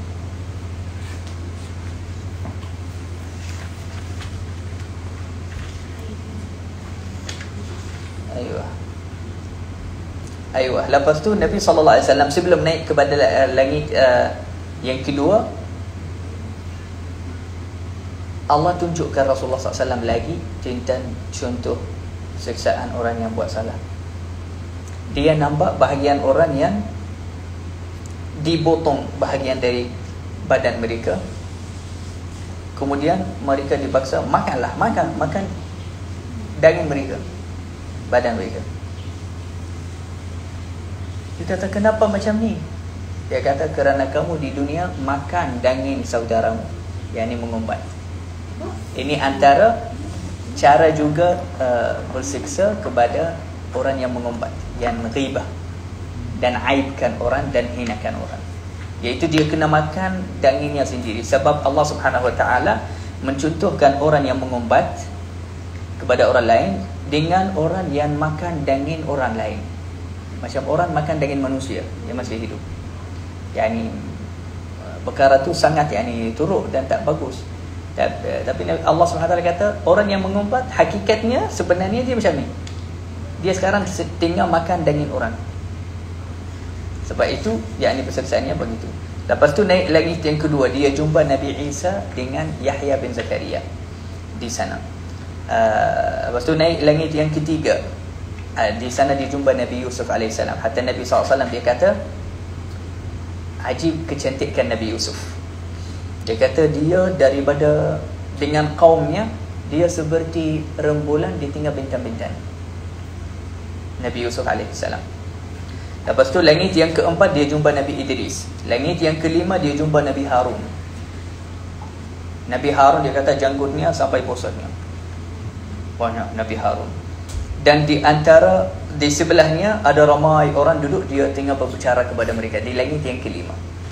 Nabi SAW kata, siapa ni? Dia kata, ini Harun yang kaumnya sayang kepadanya, iaitu Bani Israel. Bani Israel Allah SWT hantarkan kepada mereka Nabi Musa, Nabi Harun, dua kan, adik-beradik sekali. Ya, tapi Bani Israel lebih suka Harun dari Musa, sebab Musa garang. Musa ni garang dan cepat baca doa atas siapa yang tak dengar, dia baca doa. Jadi mereka suka Harun. Harun lemah lembut. Jadi hatta di alam langit pun Bani Israel dekat dengan Harun, bukan dengan Musa. Lepas tu langit yang ketujuh Nabi Musa pula. Tapi walaupun Nabi Musa garang macam tu, tapi dia Nabi yang agung, Nabi yang besar, Nabi Musa. Sebelum jumpa Nabi Musa, di langit yang ke-6, Nabi SAW melihat satu perkara yang ajib, iaitu dia nampak para anbiya dengan umat-umat mereka. Sampai Nabi SAW dia kata, aku nampak bahagian Nabi, umatnya bawah dari 10 orang. Yakni sepanjang hidupnya di dunia ni, yang ikutnya bawah dari 10 orang, tak sampai 10. Ada juga Nabi macam ni. Ada Nabi yang tak ada siapa-siapa ikut dia, yakni dia hidup di dunia ni sampai selesai, satu pun tak ikut dia. Nabi, ini Nabi. Ini tenangkan hati kita. Kalau orang tak ikut kita, orang tak nak dengar nasihat kita, orang tak nak ambil manfaat dengan kita, jangan sedih. Ada Nabi juga yang orang tak ikut dia. Tenangkan hati kamu. Bukan kamu orang yang turut sangat. Ada Nabi yang kamu dapat tu pun dia tak dapat 1/10 dari yang kamu dapat. Walhal dia Nabi yang dapat wahyu. Lepas tu Nabi Muhammad SAW nampak satu umat yang besar, luas, banyak, ramai. Jadi Nabi SAW kata, Masya Allah, yani, umat siapa ni? Jibril dia kata, ini umat Musa. Ini kaum Musa. Umat Musa, umat yang paling banyak lah. Tapi Jibril tak mahulah Nabi SAW sedih di waktu tu. Dia kata, tapi tak payah tengok sana, yakni umat Musa. Dia kata, tengok ke sana, di atas. Dia nampak manusia ramai, penuhkan udara semua, paling ramai, tak kalahkan yang umat Musa semua. Dia kata, ya ini siapa ya Jibril? Dia kata, ini umat kamu. Ini umat kamu, umat Nabi Muhammad. Sebab itu Nabi SAW dia kata, ahli syurga 120 saf. 120 saf ahli syurga semua. 80 saf daripada umat Nabi SAW. 80 dari kita umat Nabi SAW. Soft tu panjang dulu. Iyalah, wasaf panjang. Dan saf ada saf yang pertama, ada saf yang kedua, atau yang ketiga. Siapa yang pertama itu sahabat, siddiqin, orang yang iman mereka tinggi. Itu selalu saf yang pertama. Dan saf yang pertama ni dia tak mesti ada di zaman Nabi. Hatta dari zaman kita ini ada bahagian orang yang Allah akan pilih, sampai terpilih. Ada bahagian orang yang sangat tinggi, Allah akan pilih mereka. Kamu di akhir zaman, tapi sifat kamu layak saf yang pertama, belakang Muhammad terus. Jadi di akhirat dia hidup mungkin 1000 tahun, 1400 tahun macam tu. Tapi di akhirat dia belakang Nabi Muhammad SAW terus, belakang dia. Seolah-olah dia dari sahabat. Sebab apa? Sebab amalannya dan yakinnya kepada Rasulullah SAW. Selepas itu Musa alaihissalam menzahirkan, bukan, kita tak boleh nak kata syampuru, tapi yani dia gembiralah untuk Rasulullah. Dia kata apa? Dia kata marhaban bil akhi salih. Yani ahlan wa sahlan, selamat datang wahai saudaraku yang baik, yang soleh, dan Nabi yang soleh. Dan Nabi Musa baca doa untuk Nabi Muhammad. Lepas tu Nabi Musa dia kata, Bani Israel ini mereka mengaku aku adalah hamba yang paling mulia di sisi Allah. Mana ada pemuda ini, yakni Muhammad SAW, Nabi Muhammad, pemuda ini lebih mulia daripada aku. Lepas tu Rasulullah SAW lalu jauh ke sana. Nabi Musa nampak kebadannya menangis, sedih. Ditanya Nabi Musa, kenapa nangis? Dia kata, aku nangis kerana ghulam. Ghulam ini macam budak. Dia panggil Nabi Muhammad budak ini. Budak ini datang selepas aku, tapi yang akan masuk dalam syurga lagi ramai daripada umatnya. Yang daripada umatnya lagi ramai daripada umatku. Kalau kelebihan dan kemuliaan itu untuk dirinya sahaja, aku tak kisah. Tapi umatnya juga. Umatnya juga.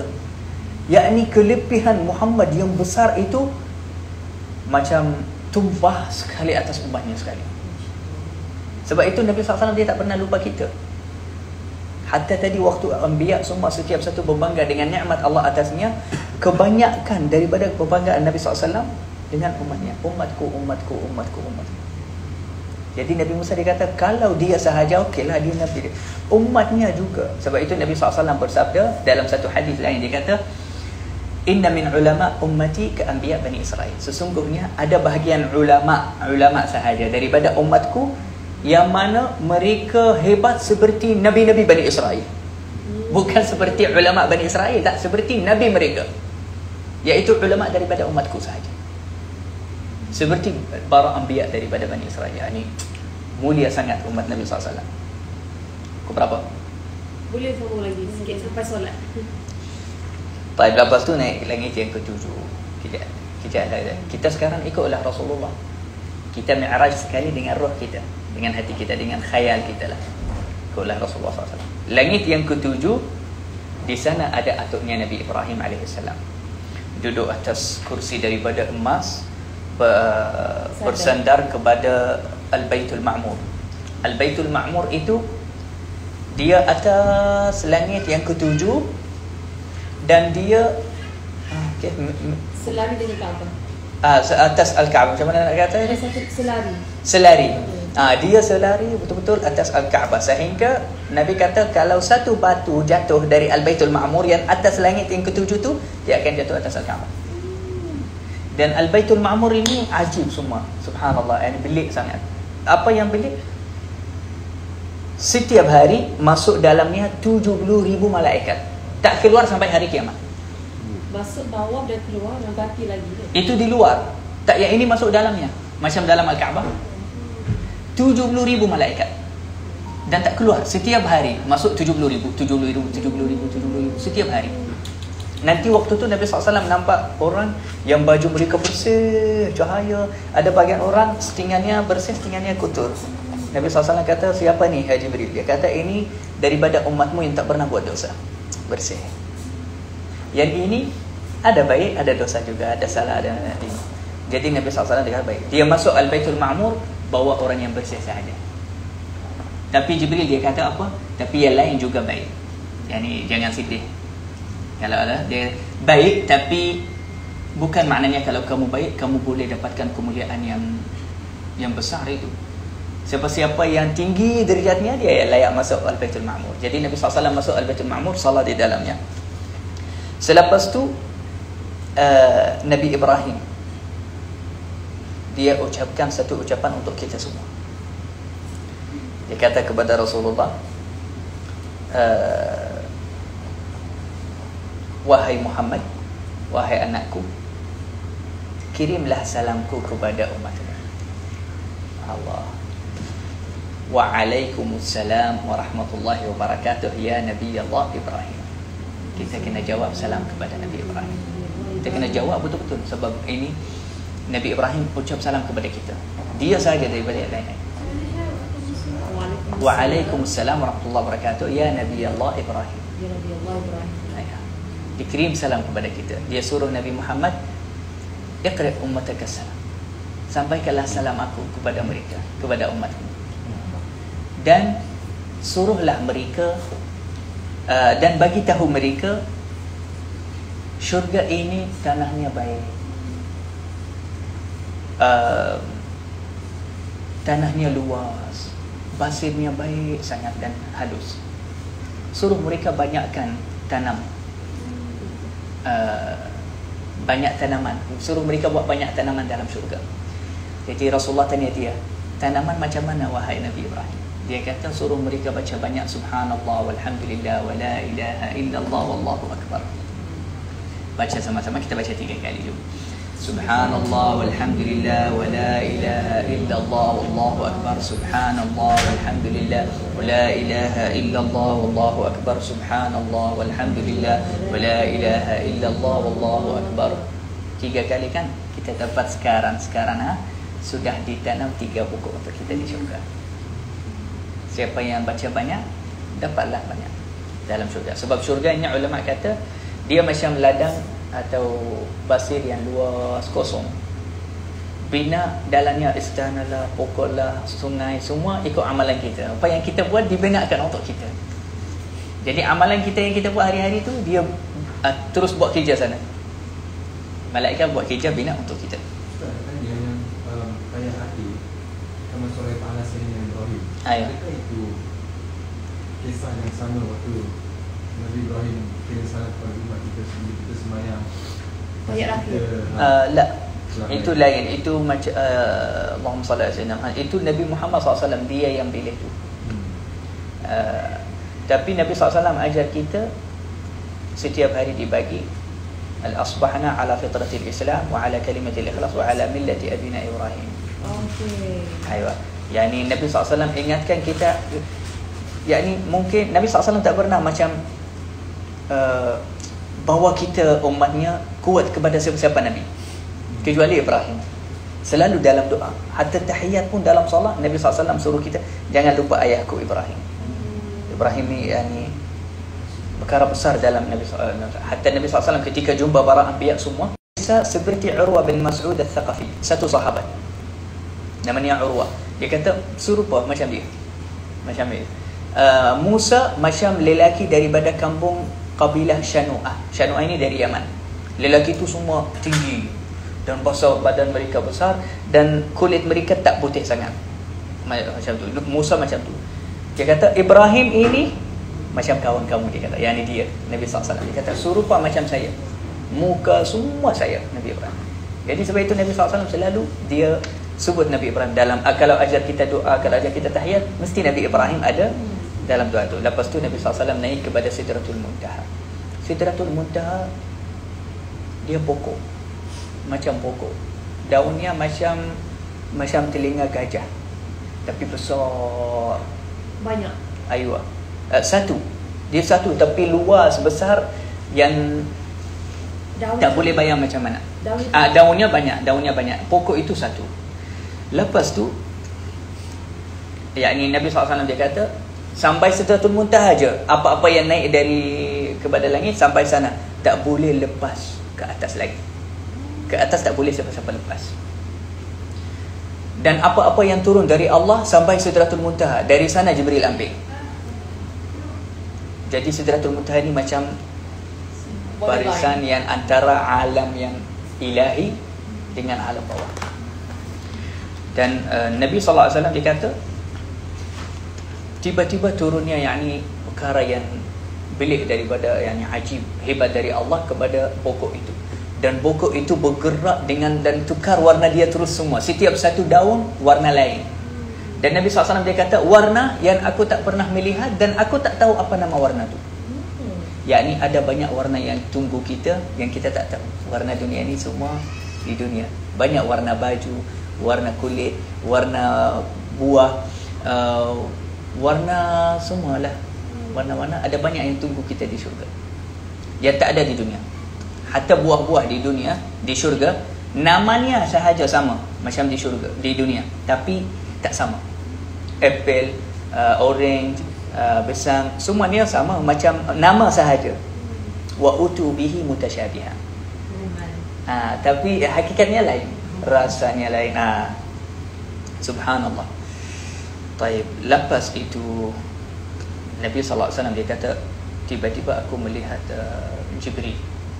Jibril di sana dah mula yakni dia zahir untuk Rasulullah dengan penciptaannya yang sebenar. Dia mempunyai 600 sayap. Setiap satu sayap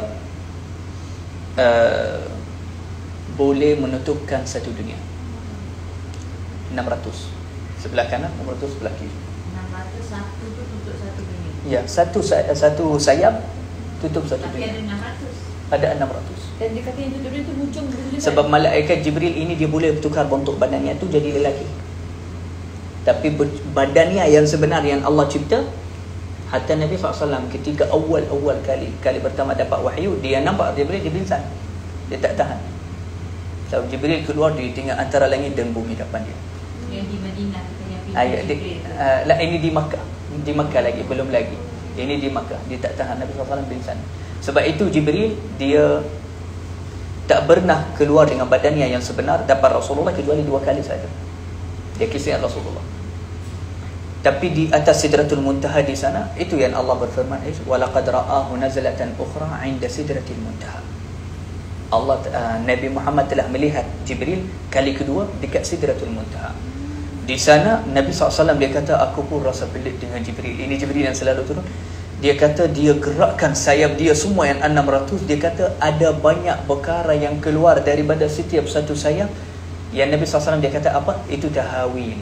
Apa tahawil itu? Dia kata perkara yang pelik-pelik, yang agung, yang hebat, yang tak boleh bayan, tak tahu nak cerita apa. Apa itu? Yang penting perkara yang buat kita rasa dahsyat, yang keluar jatuh daripada sayapnya Jibril alaihissalam. Di waktu yang lain dia kata, aku nampak Jibril ni macam kain yang lama, macam ni sujud kepada Allah, yang khusyuk kepada Allah Subhanahu Wa Taala. Waktu Rasulullah nak naik ke atas, Jibril berhenti. Dia kata, di sini nak tinggalkan kawan kamu, tak baik. Dia kata, tak, aku kalau naik lagi aku akan terbakar. Kamu sahaja diizinkan wahai Muhammad. Di waktu itu atas Sidratul Muntaha datangnya satu awan. Satu awan atas Rasulullah. Awan tu yang bawa Rasulullah sahaja dari dekat Sidratul Muntaha. Dia datang awan. Awan itu tarik Rasulullah dalamnya. Awan itu yakni hilangkan Rasulullah. Jibril tunggu di sana. Dia kata, aku tak boleh naik lagi. Tak boleh. Yang atas tu tak boleh. Tak ada siapa-siapa malaikat yang boleh naik atas. Atas Sidratul Muntaha. Atas Sidratul Muntaha hatta Jibril tak naik. Itu arash apa? Al-Kursi. Al-Kursi, Al-Arsh, itu semua atasnya, semua bawah Sidratul Muntaha tu. Sidratul Muntaha lagi tinggi, yang paling atas. Atas itu tak ada makhluk yang boleh naik. Nabi SAW datang satu sahabah daripada Allah. Sahabah yakni awan, ambilkan Rasulullah kepada alam Allah. Di waktu itu Rasulullah SAW dia kata, aku nampak cahaya sahaja. Saya macam, dia kata, aku ditolak sahaja dari satu hijab kepada satu hijab, sampai 70 hijab. Dan setiap satu hijab antaranya tak tahu berapa ratus tahun boleh, tapi dengan mukjizah lah, dengan sekali mata sahaja boleh lalu. Yani memang Rasulullah jauh sangat dari Jibril, dari semua makhluk, dari malaikat, dan Allah nak bawa dia ke sana. Sampai Rasulullah dia kata, waktu tu aku dah mula rasa macam persendirian. Sebab sepanjang rihlah ni Jibril ada sebelah aku. Jadi Allah Subhanahu Wa Taala tahu Rasulullah ni suka Abu Bakar. Jadi Allah Subhanahu Wa Taala ciptakan suara Abu Bakar di dalam suasana itu untuk menggembirakan dan menenangkan hati Rasulullah. Sampai Rasulullah dia kata, aku belik Abu Bakar ada di sini sebelah aku ke atau apa, tapi tak, Allah ciptakan suara Abu Bakar. Dia kata, tunggu wahai Muhammad, Allah solat. Dia kata, Nabi kata, macam mana Allah solat? Tapi Allah solat tu yakni baca doa, yakni apa? Turunkan rahmatnya kepada Nabi. Waktu itu bukalah hijab. Bagaimana? Wallahu a'lam. Kita tak boleh fikir tentang itu. Tapi Nabi SAW dengan dua-dua matanya melihat kepada zat Allah. Perkara itu tak ada satu makhluk hatta Jibril alaihissalam tak pernah tengok. Dia ambil wahyu sahaja dari belakang hijab, dari Sidratul Muntaha bawah sana. Dari sana ambil wahyu, dia pun dengan tunduk semua hantarkan kepada Nabi. Itu sahaja. Ini Jibril yang paling dekat dengan Allah. Nabi SAW lalu sana. Dia melihat zat Allah. Adakah maksud itu zat Allah di atas? Tak, Allah nak tunjukkan dia sahaja. Allah nak muliakan Nabi SAW. Jadi sebab itu dia jemput dia naik atas. Lepas Allah Subhanahu Nabi SAW nampak zat Allah di waktu itu dengan matanya, dia terus terjatuh sujud kepada Allah. Dia kata Allah, dia sujud kepada Allah. Dia kata at-tahiyyat al-mubarakat as-salawat at-tayyibat lillah. Dia ucap salam dan tahiyat kepada Allah. Allah jawab kepadanya, assalamu alayka. Berbicara dengan secara langsung di depan Rasulullah. Assalamu alayka ayyuhan nabi wa rahmatullah wa barakatuh. Sekarang dia di depan zat Allah. Siapa orang yang boleh tahan? Tak ada siapa-siapa boleh tahan perkara itu. Dan Nabi SAW belum lagi meninggal, masih di alam dunia dengan badan dia, dengan baju dia, dengan mata dia. Bukan dikata waalaikumsalam ya Muhammad, la ya ayyuhan nabi, ya muliakan. Dia sebutkan Nabi dengan Nabi, wahai Nabi. Kalau Adam, ya Adam, ya Isa, ya Isa, ya Musa, ya Idris. Allah panggil mereka dengan nama. Tapi kalau Nabi Muhammad tak, wahai Nabi. Assalamu alayka ayyuhan nabi wa rahmatullahi wa barakatuh. Cuba bayang di waktu tu sebetulnya Nabi SAW hilang semua, tapi Nabi SAW kuat. Dan di waktu itu Rasulullah SAW ingatkan kita, ya Allah, ingat kita di waktu itu, di kawasan itu yang luar biasa dahsyat. Sebenarnya sebelum naik Rasulullah, hatta Jibril minta tolong Rasulullah, boleh sampaikan hajat saya? Jibril, Rasulullah yang cakap dengan Jibril, ada apa-apa hajat saya boleh sampaikan. Dia kata, mintalah dari Allah, izinkan saya khidmat umat kamu, lalu atas jambatan as-sirat, atas sayap aku kepada syurga. Dia nak dapat kemuliaan, kita bijak kaki kita atas sayap. Kalau kita ahli syurga, mudah-mudahan kita ahli syurga insyaAllah. Dan Nabi Muhammad SAW kata kepada Jibril, okey. Nabi SAW kerana dia di depan zat Allah, dia lupa. Jadi Allah Subhanahu Taala ingatkan Nabi. Dia kata, bagaimana dengan hajat Jibril? Nabi SAW dia kata, na'am ya Allah. Ya, Jibril minta macam ni. Dia kata, bagi tahu Jibril. Sebenarnya Allah boleh bagi tahu turun kepada Jibril. Sebab Jibril dia asalan, subhanallah, Jibril dia rasul antara Allah dan Rasulullah kan.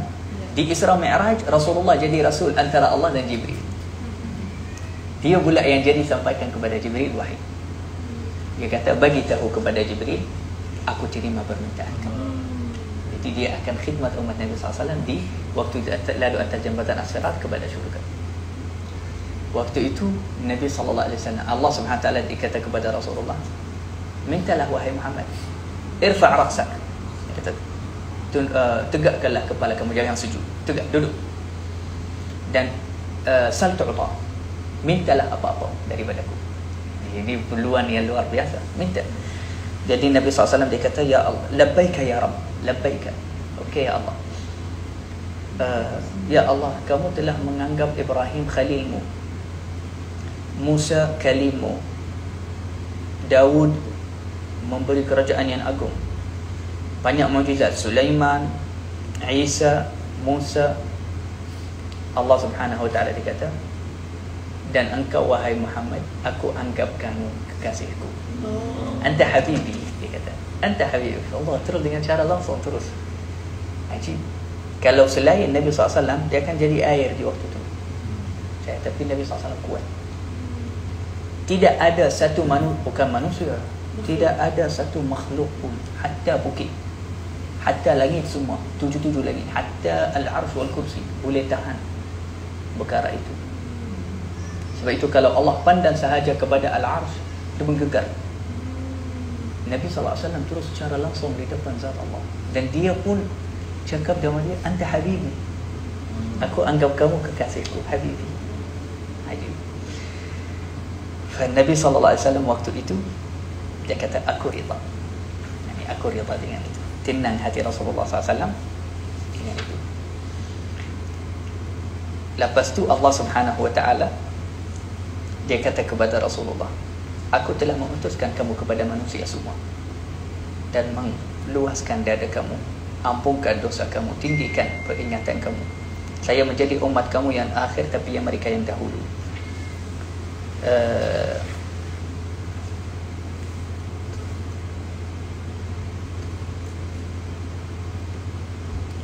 Akhirnya Allah Subhanahu wa taala kata, dan aku akan fardukan atas kamu dan umat kamu 50 solat. Ambilkan dia, kamu dengan umat kamu, silakan balik.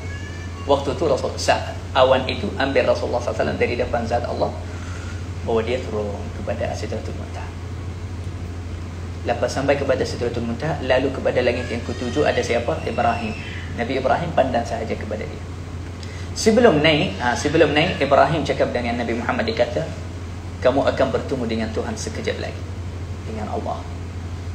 Dan aku nampak umat kamu umat yang lemah, badan mereka lemah, amalan mereka lemah. Jadi kalau boleh, kamu jadikan hajat kamu semua untuk umat kamu. Jadi ini nasihat Nabi Ibrahim sebenarnya.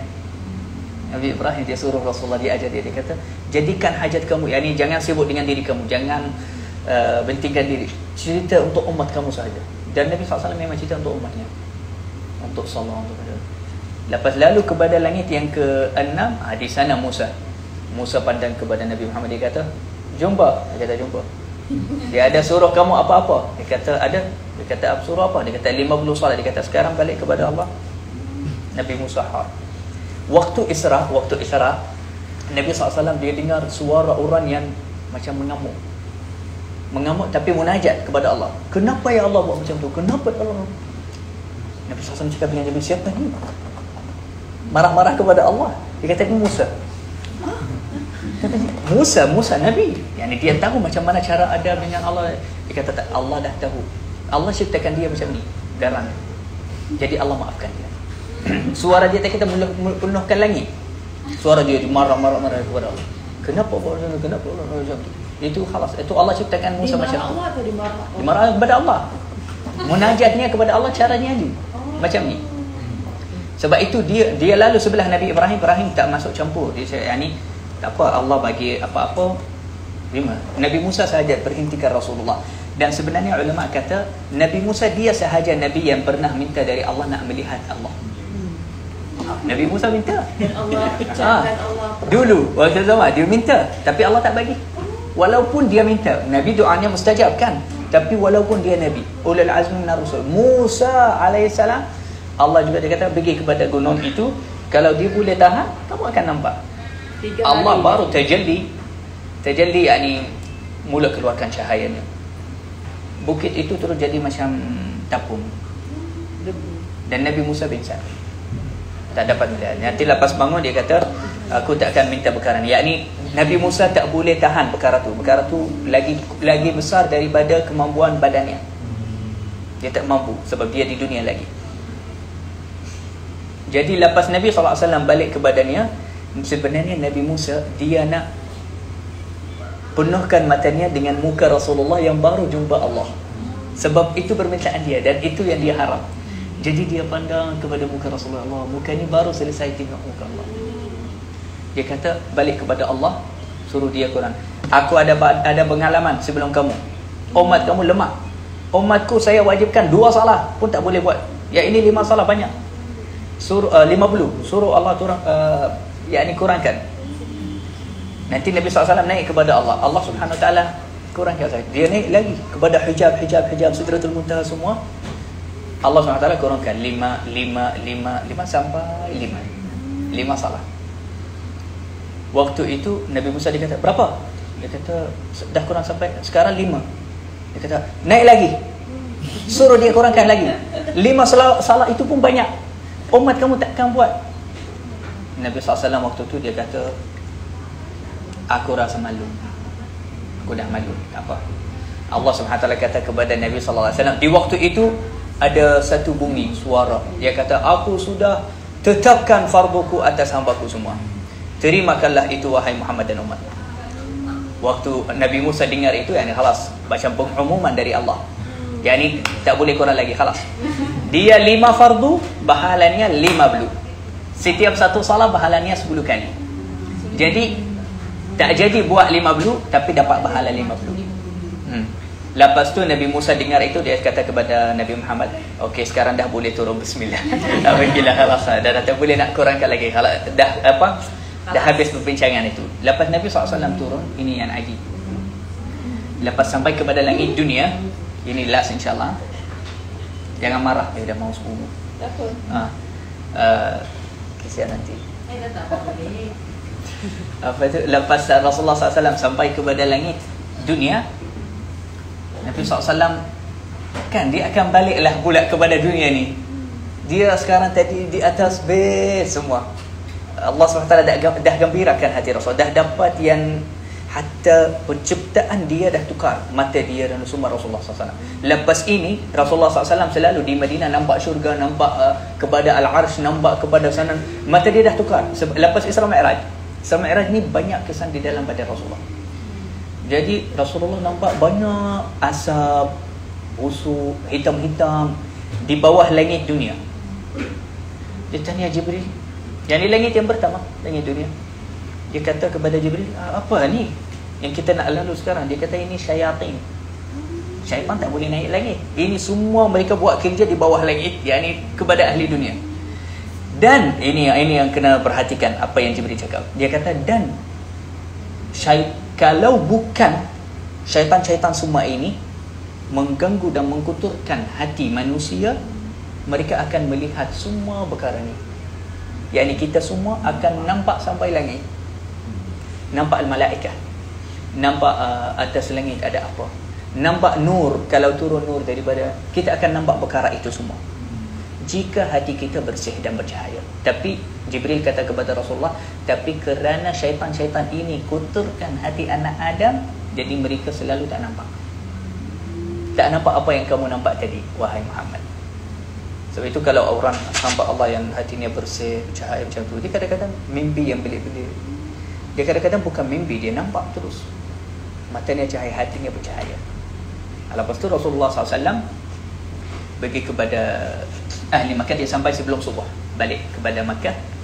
Dan orang yang pertama jumpanya Abu Jahal. Abu Jahal tu selalu ganggu Rasulullah.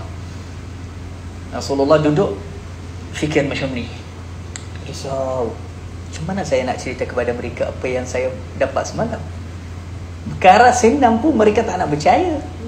Nak cerita pula semalam pergi Baitul Maqdis dan balik di malam yang sama. Mereka pergi 1 bulan, balik 1 bulan. Jadi Rasulullah risau. Tiba-tiba datang Abu Jahal, nampak dia? Dia duduk sebelahnya. Ya Muhammad, dia kata, apa cerita baru? Ada apa-apa baru ke? Dia tahu Rasulullah selalu ada wahyu. Dia kata, Nabi SAW, tapi dia kata, aku tak boleh menyuruhkan perkara-perkara macam ni. Ini wajib saya kena sampaikan. Ia ada perkara baru. Dia kata apa tu? Dia kata semalam saya dapatkan Isra. Dalam bahasa Arab Isra itu pun yakni musafir di malam. Abu Jahal dia kata, ke mana? Dia kata kepada Baitul Maqdis. Dan dibagi ni kamu ada di Makkah? Dia kata, iya. Semalam di Baitul Maqdis, bagi ni saya di Makkah. Abu Jahal nak gelak, tapi dia sabar supaya dia risau kalau Nabi nanti akan tak nak cerita. Dia kata, okey, tunggu sini Muhammad. Kalau aku panggil orang tu yang sana semua, kamu boleh cerita kepada mereka? Okay, boleh. Dia kata, Nabi SAW, boleh? Dia kata, okey, baik, tunggu. Ya fulan, dia dipanggil mereka, fulan. Semua dah tak nak. Abu Jahal yang panggil dia gambir, dia nak gelak. Sini, ada berita best. Apa? Lepas mereka berkumpul semua. Dia kata, wahai Muhammad, cerita sekarang. Apa yang kamu cerita tadi? Nabi SAW dia kata, laqad usriya bi, saya telah Isra' semalam. Ke mana? Ke Baitul Maqdis. Dan kamu berada di bagi ini bersama kita di satu malam. Satu malam pergi dan balik. Nabi SAW dia kata, iya, saya pergi atas Al-Buraq. Ada satu orang kafir Al-Bukhtari, Abu tak tahu apa Al-Bukhtari, dia kata, wahai Muhammad, demi Allah, sebelum ni cerita kamu semua okey, sikit kurang apa, tapi hari ni cerita kamu sangat besar lah. Aku tak akan percaya kamu ni berdusta, kamu tipu. Sebelum ni cerita yang kamu cerita semua, yang ni masih ringan lah, okey boleh lah. Sekarang kamu memang tipu. Jadi fitnah besar. Hatta ada bahagian sahabat yang masuk Islam murtad di waktu tu, terus tinggalkan Islam. Mereka cakap, ini Muhammad dah lebih-lebih. Di satu malam, kita pergi 1 bulan sampai sana, balik perlu 1 bulan baru sampai Makkah. Kamu pergi di 1 malam, balik di sini.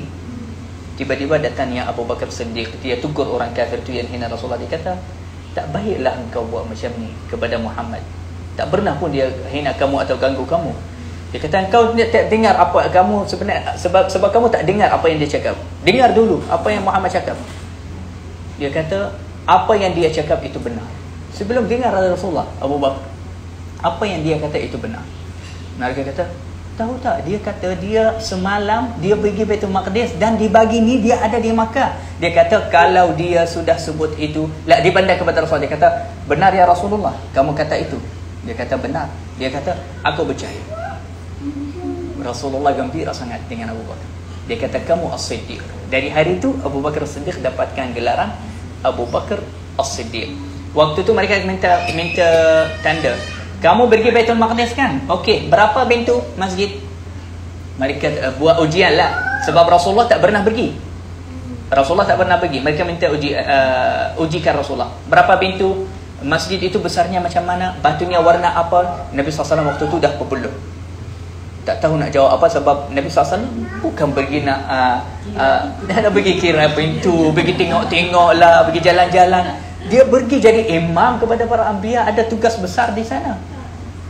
Jadi, tapi subhanallah, boleh bayang tak apa yang jadi?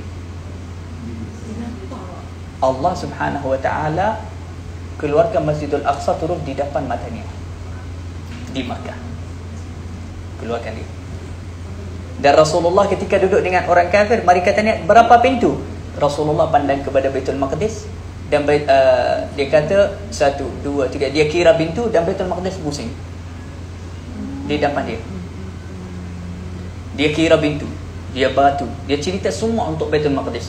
Orang kafir, orang Quraisy, semua di waktu itu mereka kata tentang sifat Baitul Maqdis, benarlah apa yang dia cakap.